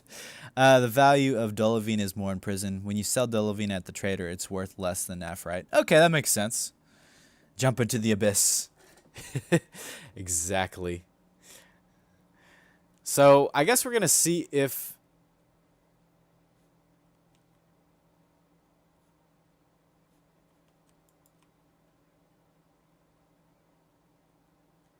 Okay, so that may have actually extended my stay here now that I had to die there. Woo! I love low gravity places because normally that would have killed me. So how much did it... Oh, it extended my stay another 17 minutes. Oh, man, that stinks. I was free to go, too. That's what happens when you try to escape and you die. So, yeah, it's good to just go ahead and mine and then call it good. I should be able to mine like maybe a couple of ores of Aphrodite and then leave, and then go from there. So then, and that's where you'll go to leave the facility once you finish your sentencing. So I guess we'll go mine real quick and then go from there.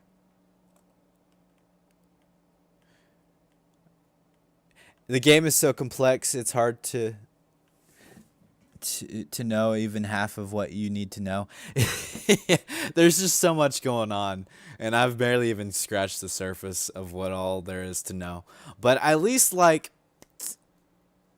you know, if you're out there and you're new to this game and you get a crime stat and you die by something that sends you to prison, this is definitely, I hope, will help you know the basics on how to leave prison. Um, the alternative to this stream would have been me to or me actually clear the crime stat, which I guess probably in another part of this series I will definitely cover that. Um, but for now, I'm gonna go ahead and finish the prison sentencing, and then we're gonna try to do a dogfighting mission and kind of go over the basics of ship combat. And then from there, that might be the end of this particular tutorial stream. Um, let's see, it's already 9 o'clock, so yeah, I should be able to get out of here and be done probably by 9:30. I kind of skipped dinner, so I'm getting a little hungry right now. So that's kind of why I'll get out of prison, and then I'll go and do one quick little dogfighting mission, kind of go over the basics. And I could probably get done probably by 9:30, 9:45. So we went down Route 1. If we wanted to do that one mission, we would have had to have gone down Route 2. And so we'll just go down Route 2 just for the sake of it.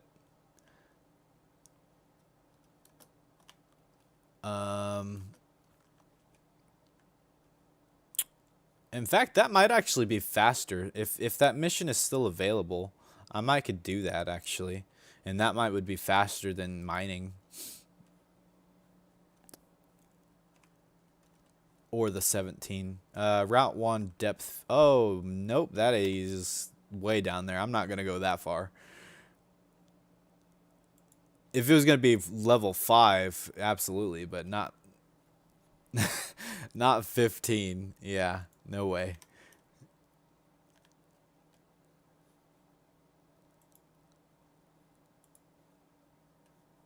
It takes a long time. It probably wouldn't take as long if it wasn't for the low gravity of this place.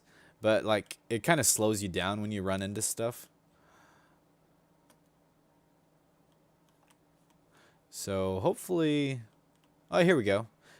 I'm just going to mine a little bit of this here real quick.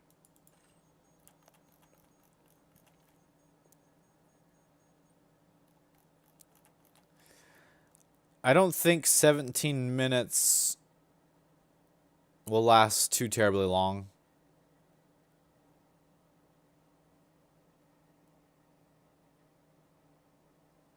I think I want to say it sends you to Grimhex, but it may now send you to your primary resident. Actually.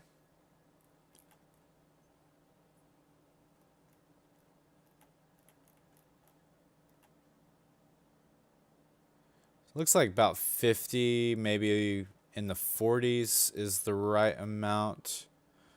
Maybe even 30s. Wow. There we go. Boom. So now I can store all of these. I'm just going to grab whatever I come across and do that method and see how much I can get. Whoops. I didn't really want to inspect that, but I'll store it. Go ahead and grab that one. Yeah, I'm going to try to get out of here as soon as possible. It's really unfortunate that I already, like, had enough to leave, and then the little fans closed up on me. And so I couldn't leave. I did not know that the fans turned back on. That's the first time I've actually seen them turn back on. So that's kind of funny. Hey, here we go. This one, I bet if I mine this one, that'll be enough to leave.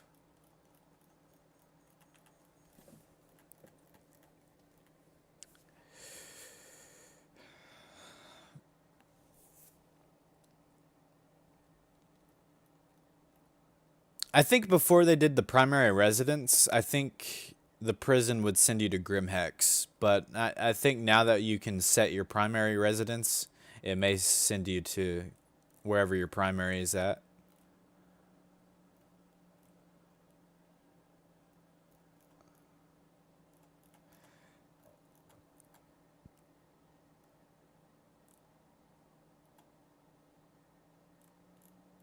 Man, this one is a little crazy. Goodness. I should probably back up away from that one.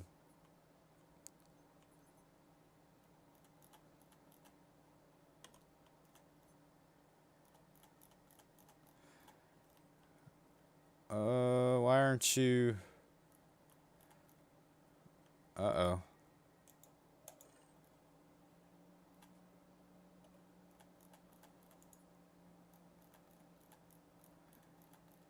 Well, I totally screwed that up. And now it's not wanting to increase. That's weird. Got the pink stuff too.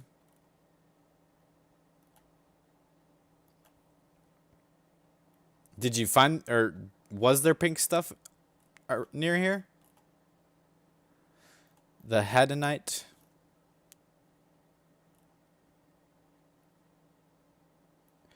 All right. Gonna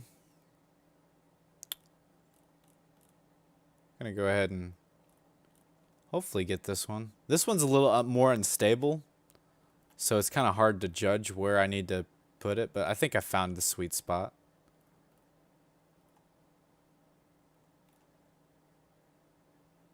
There we go. 42. The meaning of life. That's actually a pretty good haul too.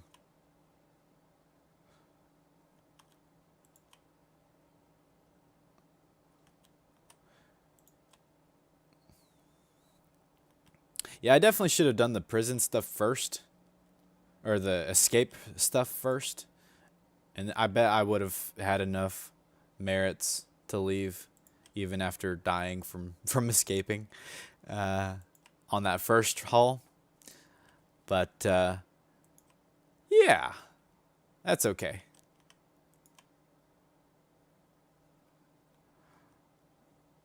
All right, so now that we've got that, I think we probably have enough. There's more Dolivine there.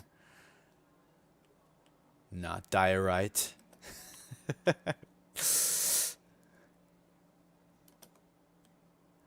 So we're going to go ahead and follow the little exit signs now and make our way back up, which thankfully we were on like level 1, so don't really have to come very far to leave.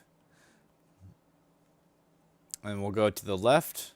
So on the right side is to enter and left is to exit.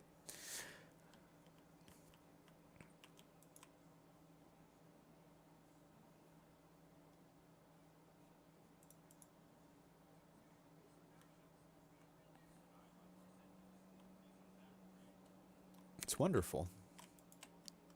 Yay! We can leave now. Alright, so now we're going to go to that main central hub area. And we will be able to head on out of this place. See, prison's not all that bad.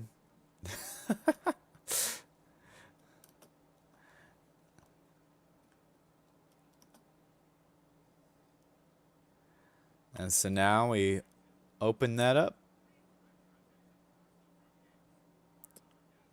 Woo! Celebration. Alright, surface level. Now, I did say that you'll never have to have a loading screen in the game other than the initial one. However, this is the one exception to that. There is a little bit of a loading opportunity here when you leave the facility. This is like the only time that you don't. That contract is so valuable when trying to get out of the rehab.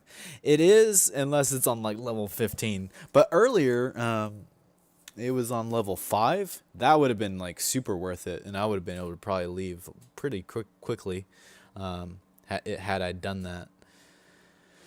But instead, I was mining, and I was in the complete different route to begin with. So, all right, we finally made our way back to Everest Harbor, And surprisingly, I have all my stuff, which is kind of bizarre.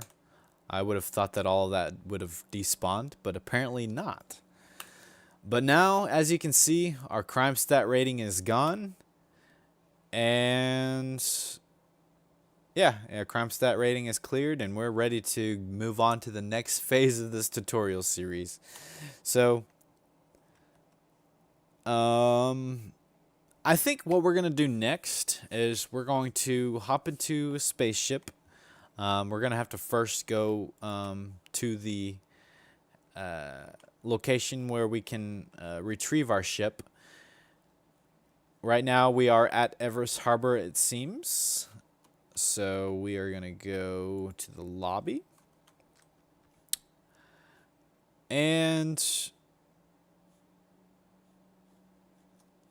we're going to go ahead and quickly retrieve our ship. We're going to have to wait a little bit of time before we can actually fly the ship because we have to claim it. So we're going to claim that real quick at one of these terminals. And we're going to actually expedite it too. So we're going to claim our destroyed Cutlass Black. So we're going to file a claim. If we waited the entire time for it to deliver, it's free.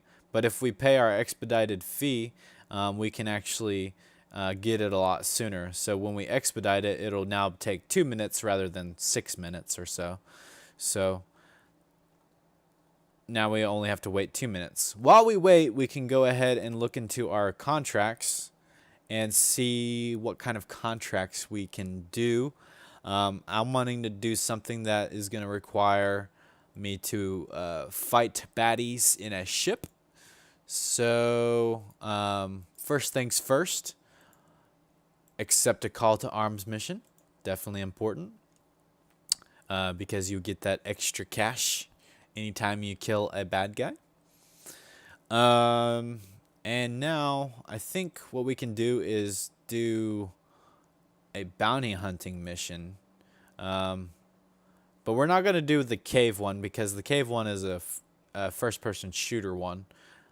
So we're going to actually try to find one where we're actually attacking a ship rather than a person. Looks like this one is good. So we're going to go ahead and accept this one. And I might go ahead and accept a couple more just in case this one doesn't last very long.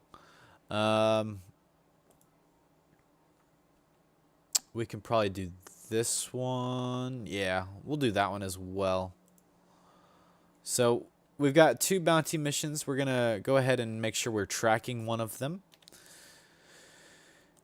And hopefully that burned enough time to actually get it. So now we still have 30 seconds left to kind of kill. So yeah, we're going to definitely do this one last mission.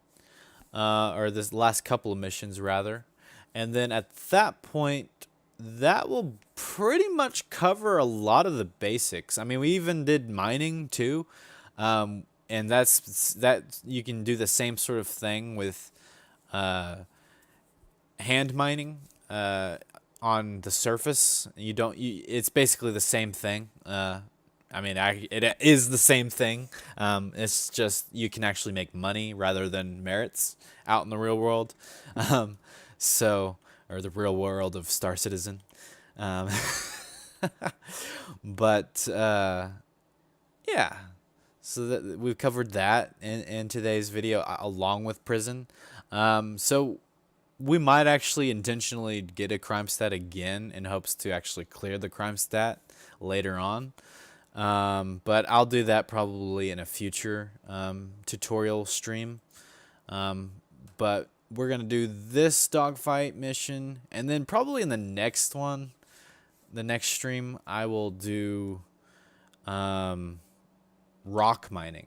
But if you if you're interested in doing rock mining and you want to get or figure that stuff out right away, after today, definitely go check out Squirrelord's tutorial on rock mining.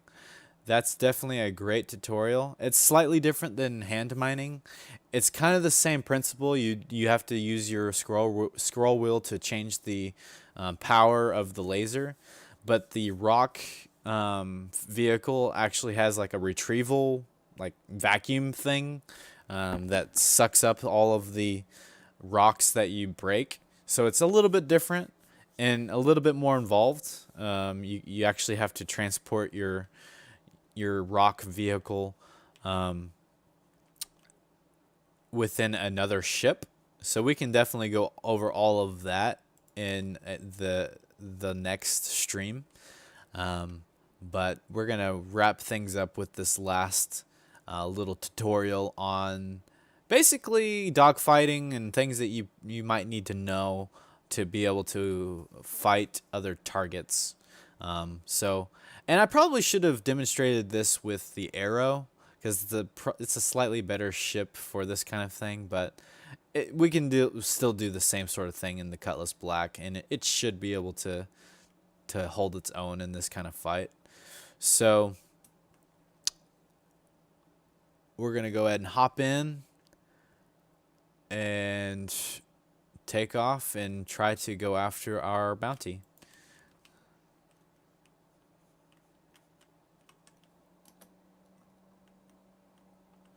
And Squirrel Lord, he's one of the guys in the live chat, by the way. He may not be currently on. I think he did leave earlier, but if you want to click on his name, if you want to like scroll through the live chat, I think you'll find his name. He has a pretty good tutorial on it. I'll kind of do like a relatively in-depth video myself, but his is very in-depth and really easy to understand. So I definitely recommend his for sure. But I'll do kind of my own take on it and see how things go as well. Mine's gonna be very improv, kind of like today's video and all the other tutorials that I've done so far. So we're gonna go ahead and take off, and looks like this bounty is actually on the planet Hurston, which is cool.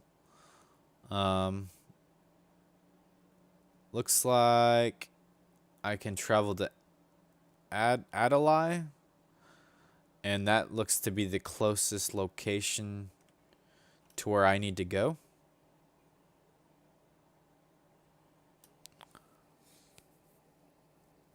You just now found a 42% quantum node. Oh, nice. That's really cool.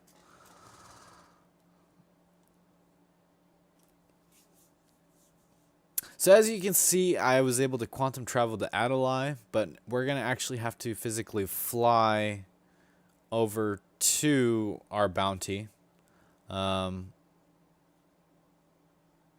because we don't have a marker for it.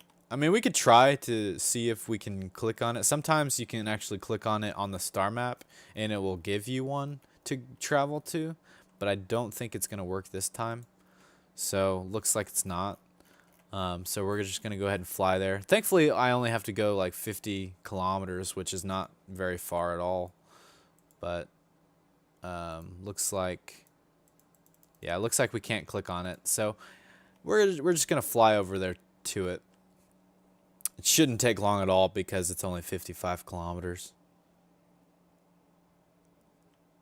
Yeah, I definitely want to do some prospector mining myself in the near future. But I got to get me my star lifter first. And then I could do a tutorial on that as well. But it's probably going to be fairly similar to rock mining and that sort of thing. Like it has a laser to where you break up the rocks or the asteroids or whatever. If you're in space doing asteroid mining, you can also do the same sort of thing on planets too. But I think it's slightly different than asteroid mining. I wouldn't know because I've never mined rocks on planets that you would use a prospector for. but I might could do like a asteroid tutorial or something like that. That'd be kind of cool. Because basically you can like break it up into pieces, and so the more you break it up, the more resources you get from it, I suppose. Or it's kind of confusing. It's better to like explain it visually. So I'll save that for another day. It'll be a good tutorial, I think. But I'll have to get me a prospector first. So we're approaching our target, and we can already see them. They're probably going to launch a missile at us, probably here soon. So if he does, looks like he's not going to yet. We want to be able to shoot at this guy. So one of the things that we need to do is press T. And what that does is that targets this person. And now we're locked on. And I guess we can go ahead and demonstrate torpedoes while we're still far enough away from this guy. So if we want to launch a torpedo at this guy, okay, let's press K and J and all that good stuff. I can't remember which one it is. I think it's J, actually. That launches your chaff or decoys, and that prevents the rockets from hitting you. Now we're gonna respond by pressing the scroll wheel button down, and that's going to open up the torpedo or rocket, whatever you want to call it, screen. We got to get a little closer, so hopefully we can get closer before his friends kill us. Oh, let's hit a couple of those. Oh, I think they actually hit me. Wow. Holy cow. These guys are actually really deadly today.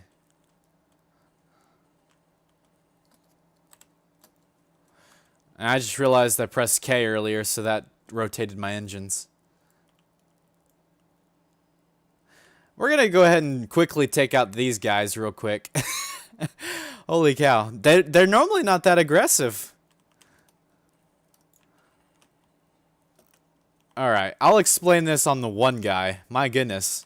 Normally they don't attack me this aggressively, so that's why I'm like kind of a little frantic here.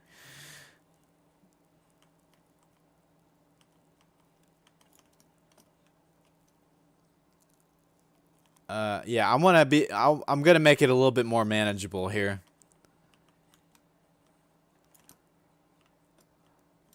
Alright, so now that we dealt with those guys, now I can kind of better explain this. So we are going to try to launch a torpedo. So as you notice, we clicked the middle mouse button, and then this little targeting system shows up. And we are within range, so we're going to go ahead and click the left mouse button, and that will launch the torpedo, and it's locked on to our target, so it should follow them unless they launch their decoys. And looks like they didn't, so we got a direct hit, which is nice. We can launch another one if we wanted to, and see what happens. But we're going to go ahead and switch to our weapons in hopes that they're still alive, which they are. So now what we're going to try to do is we're going to try to aim at this like little reticle thing that, if you notice, that's kind of slowly inching its way away from the target. And that's what we're wanting to aim at, to try to hit, because it's actually leading the target. And so now we're able to hit our target because we're aiming at that. Now if we have gimbaled weapons, let me see if I have a gimbaled weapon. Looks like I do have a gimbaled weapon. I don't know if it's the Badgers or the Scorpions. I think it's the Badgers, actually. So it's slightly different. You don't have to be as accurate to hit your target. It's kind of like almost like an auto aim in a way. You don't have to be aimed directly at that specific point to be able to hit your target, which is really nice. But I'm gonna go back to the other mode because I kind of tend to like it a little bit more. And then boom, I mean, that's really all there is to it, mainly. I mean, you could get more advanced at it. For instance, let's say I did take a lot of damage on that encounter, so I probably should have put more power on my shields to kind of preserve my ship, because they almost took out one of my engines, and that would have been bad. That would have actually like blown me up, actually. But if we wanted to increase power on my shields, I can click the F7 key to do that. And if you notice on the little power triangle here, it put more power on my shields, but it decreased power on my thrusters and my my weapons. So that's a little bit more advanced stuff. I don't normally do that very often, honestly. I normally just leave it centered, which you can press F8 to center it. Let's say my weapons are overheating a lot faster, or I want more capacity in my my laser weapons. I can press F5 and put more power into my weapons. And if you notice, like, this should, I think it went up, right? Let me double check that. Yeah, so it starts out at 126, but when you put more power into there, it increases quite a bit. So now we can shoot a lot more bullets with that. See, before it runs out and then has to recharge. So we're going to go ahead and fully spend all of it, which is actually quite a bit amount. Wow, that lasted a good while. And now it's having to recharge. So not too shabby. That's a good little insight there, I suppose. Not the greatest, because, man, that was like very aggressive. The enemy AI was a little bit more aggressive than usual on that one. But hopefully on this next one, I'll be able to explain that in real time a little bit better. So we'll go ahead and bring up the next bounty mission to kind of show that off. And maybe they won't be quite as aggressive this time around. I don't know. We'll see. It was so fast.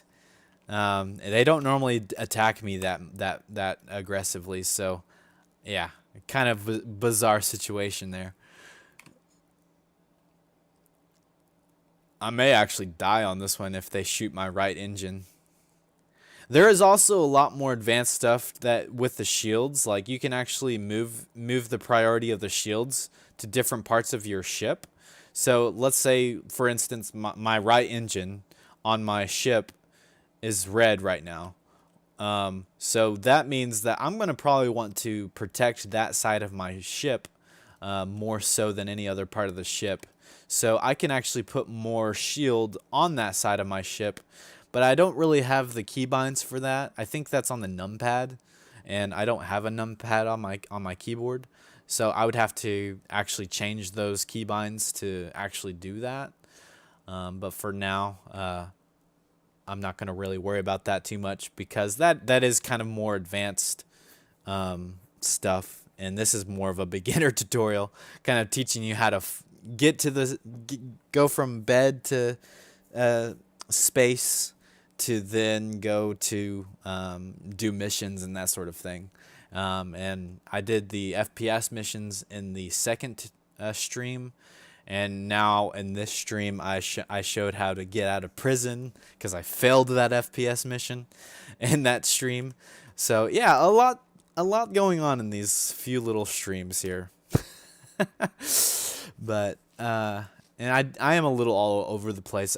I think more so on this one than I was on the second one. The second one, I felt more confident in what I was doing. And even the first stream, I was a little bit more confident. This one, not so much, apparently. Probably because I don't mine a whole lot, so my knowledge of mining was kind of all over the place whenever I was mining in the prison.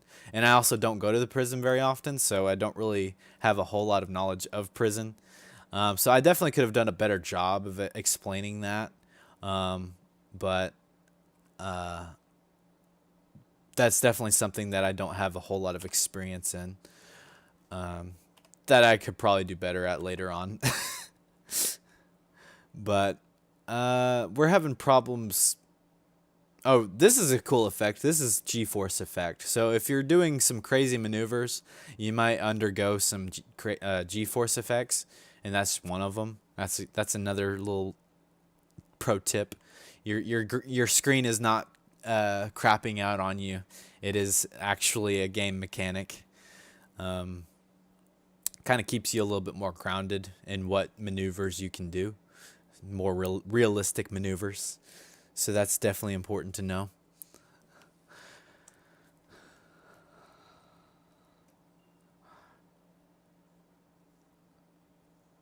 All right, hopefully we can actually go there now.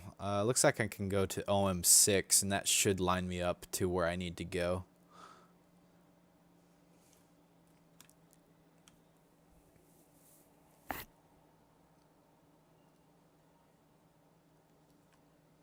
There we go. So now I can quantum travel to Aberdeen, which is the location of the next bounty.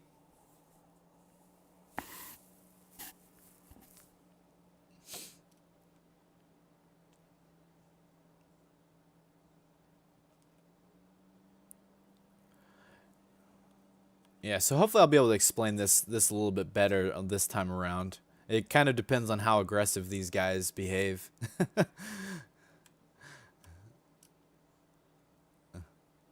Normally when I would do this mission, like, they would be like not as aggressive. So it's just kind of bizarre how the time that I'm actually trying to like take the time to explain things, that sort of thing happens where they're like, oh yeah, we're gonna attack you like full on now.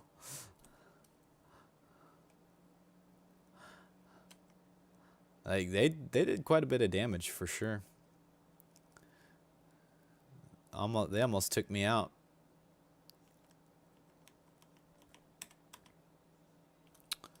All right, so another thing that you can do in terms of targeting. So yeah, if they launch another missile at me, J is the button. It's not K. I think K might be on certain ships. I could be wrong, but I know J is the one that you want to press, at least with the Cutlass Black, if a missile is launched at you. Or maybe it's H. I'm confusing now, or I'm confusing myself now. I think it did change. At least with the Cutlass Black. I could be wrong. Yeah. So as you can see, I am trying to lead my target here, and I'm going after the little, I don't know what you call that, little reticle that's next to the ship. There we go. Since I have quite a bit of damage, I'm going to go ahead and put more power into my shields. So that way, if I take some fire, hopefully I'll be able to take a little bit more fire before dying. Let's go ahead and try to take out our target real quick. All right, H is the button. Okay, so H is the one that's the decoy. That's the one that we need to get straight here. So H is the one that we need to decoy. The J is noise, which is another feature that you can do, that I can explain probably after this fight is over with. I don't usually use noise, but it is an option that you can do. So we got that guy taken out. Yeah, I feel like I'm doing a bad job at explaining this, but it's a lot more fast paced, so it's kind of hard to sit here and really explain what's going on, especially when these guys are all over the place. But basically, that little square is what we're aiming for. Hey, watch your language. And this guy is a lot faster than I am, so it's kind of hard to aim at him. But there we go. Now we've got a good... Boom, there we go. Yeah, it was kind of hard to explain what was going on there, but... So if you get target locked, you press H to deploy your chaff or your decoy. If you if you want to do your noise, you press J. And what noise does is, remember how I said in the previous stream how the EM level and IR level kind of is the little thing that affects whether or when you are detected by the enemy. I think if you use noise, it kind of affects that value temporarily to where you can get a lot closer to your enemy before they detect you. So that's kind of more used for like stealth purposes and that sort of thing. But I kept pressing that. Like I kind of panic whenever a missile is launched at me. So I literally, whenever I go to press H and J, I always do those at the same time because I always forget in the hecticness of the battle, to where I always press both of them at the same time, and so I always forget which one is which. So that's probably why I keep saying J is your decoy, when in reality H is your decoy. So as you can see, I have 41 left. I already used up all my noise because I kept spamming it.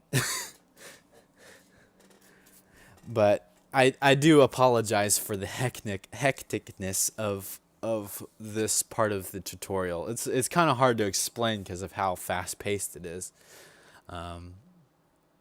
But the main thing is, make sure you aim for that little square when you're in the main firing mode. But if you do have the gimbaled weapons, you can press G and you'll switch to Gimbaled Mode.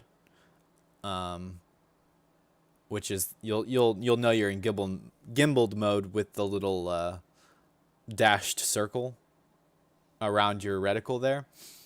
And let's see, is there anything else that tells you whether or not you're in gimbaled mode? I thought there was like a little prompt that pops up, but I guess not. And there's other modes too, like relative mode. Let's see, what does X do? I can't remember now. V, okay, V is for scanning purposes. I can go over that when we do the rock mining stuff. Yeah, I know in turrets you can do, there's other button presses that you do in combat, and I could go over that later. If I have another person with me, we can do a tutorial over turrets and stuff. But for now, I'm going to, before I embarrass myself any further with the lack of knowledge on this segment of the tutorial, man, I'm kind of all over the place. I apologize for that. Definitely not how I thought this particular stretch of the stream was gonna go, or the tutorial series. I'll try to do better in the next one, where I'm a little bit more clear and concise on what it is that I'm doing. Because this one, I do feel I was all over the place, a lot more than the other two. So I'll definitely try to do better in the next one.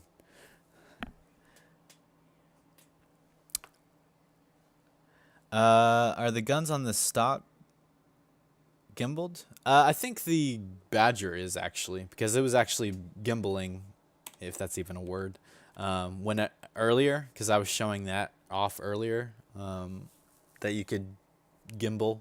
But yeah. Hey man, upgrade your cutty. I do need to upgrade my cutty. That is definitely a fact. I definitely need to do so. But my main objective right now is to save up to get the Star Lifter. So that's kind of why I've kind of neglected to upgrade the Cutlass Black. But you know, the Cutlass Black actually, in stock, like the stock version of the Cutlass Black is actually pretty good in terms of ship components. There's really not a whole lot to complain about with it. Could it be better? Absolutely. But I will definitely upgrade them once I get the Star Lifter. I'll start focusing on upgrading my vehicles, and then once I get my vehicles where I want them, Then I'll start saving up for probably a prospector. I think that would probably be my next ship purchase within the game. Stop being so cheap, lol. I mean, I gotta save my money somehow, right? I gotta save it up so that way I can actually get me some new ships, because new ships mean more gameplay opportunities. So I gotta get those new ships so I can do some more or different types of gameplay for you guys. But yeah, you're right. I do need to finally invest in this Cutlass Black and get it to where it's a higher standard. But yeah, I once again I do apologize for the chaoticness, chaos, however you want to say it, of this stream. Um, I will definitely try to do better in the next one because it was kind of all over the place. Um, but I am kind of doing these streams improv. I don't have any kind of script that I'm going off of. It's basically whatever I come across, I try to explain. And so it does kind of, that kind of method of tutorial kind of does breed chaos, I guess, when it comes to explaining things. Because at least like with a script or even a semi-script, I can kind of stay on track a little bit better, and probably do things a little bit more efficiently too, if it was planned out a little bit better too. So all that to say, I definitely plan on redoing some tutorials, but I want to do them in an edited format, to where I can actually script them and maybe edit out some parts that you don't necessarily need to know exactly.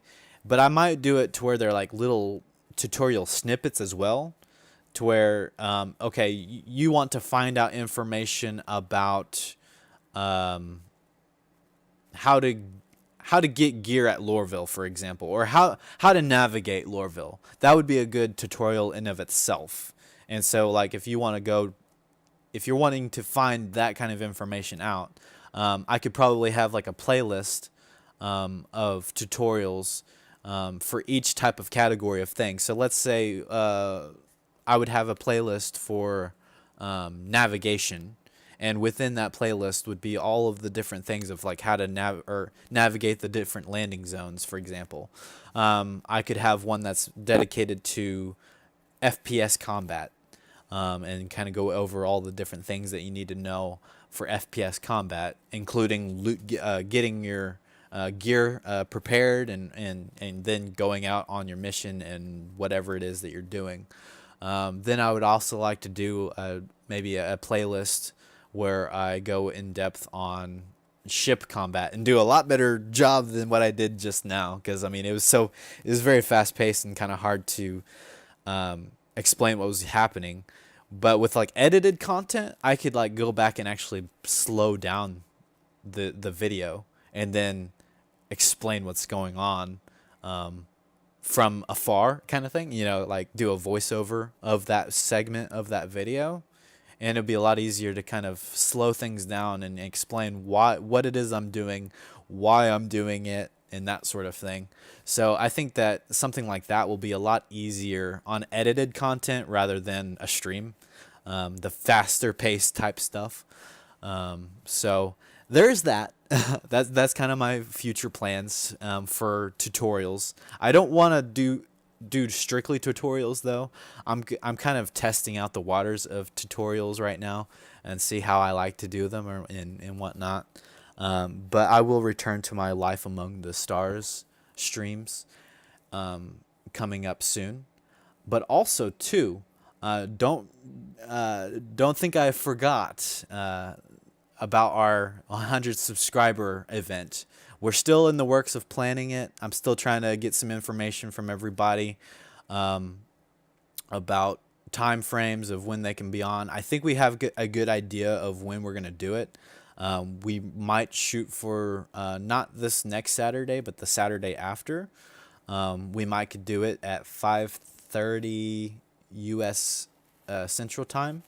So that's not set in stone yet, But after a final wave of asking people what their schedules are like, um, we'll we'll set that as a concrete schedule. So I guess for now, if you want to be a part of that, and you've already kind of told me what your schedule is like, um, definitely try to keep your schedule open if you can. Obviously, life happens and things happen, and if you can't make it, even if it's last minute, definitely don't feel like you're obligated to come to that event.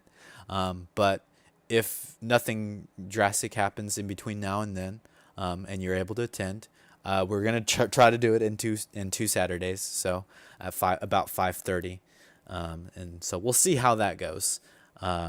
I'll let you guys know officially. I'll post in the Discord an official time and date of when we're gonna do it, and so that way we can RSVP for it. We'll know kind of who's coming and who's gonna bring what ships, because we're gonna need a couple of ships, and I'm hoping that some of you guys will be able to provide some of those ships for me, since I don't have very many ships yet within the game.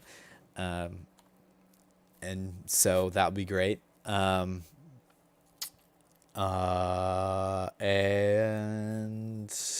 yeah, I think that is the main thing.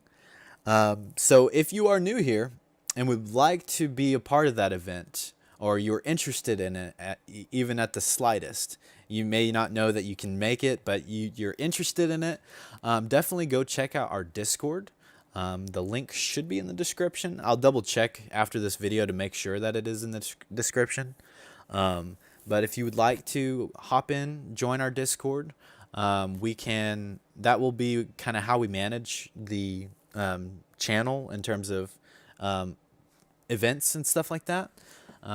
That's kind of where we'll like have official dates and times for things, and RSVPs and all that stuff to get that kind of sorted out. And so yeah, and then we'll also use the Discord for like org type stuff, because this event will also be meant to launch the org that I have created, which, if you don't know what an org is, it's kind of like a little clan or within the game that you can create or become a part of, and it's completely player based. So there's other organizations that you can hop in and join if you want to, but I have one that I've created, and I am still working out some of the little fiction that I've created. I have some ideas of where I want to take the fiction of the lore behind our organization, but that will be kind of discussed and stuff during the event, and kind of go from there. So yeah, I hope you guys enjoyed. Like I said, I do apologize for the chaos of this the video. I hope I can do better in the next tutorial and help you guys out a little bit better. So we'll see. But we might do a little bit of like rock mining or something like that, or we could do delivery missions. That's another thing that I forgot that we can do as well. So we can kind of show you how to acquire a package and then put the package on your ship and then transport it to another facility, and what all that entails as well. So that will most likely be in the next one. So anyways, without further ado, I've rambled on a little bit, so I think we're gonna go ahead and end this particular tutorial stream right about now.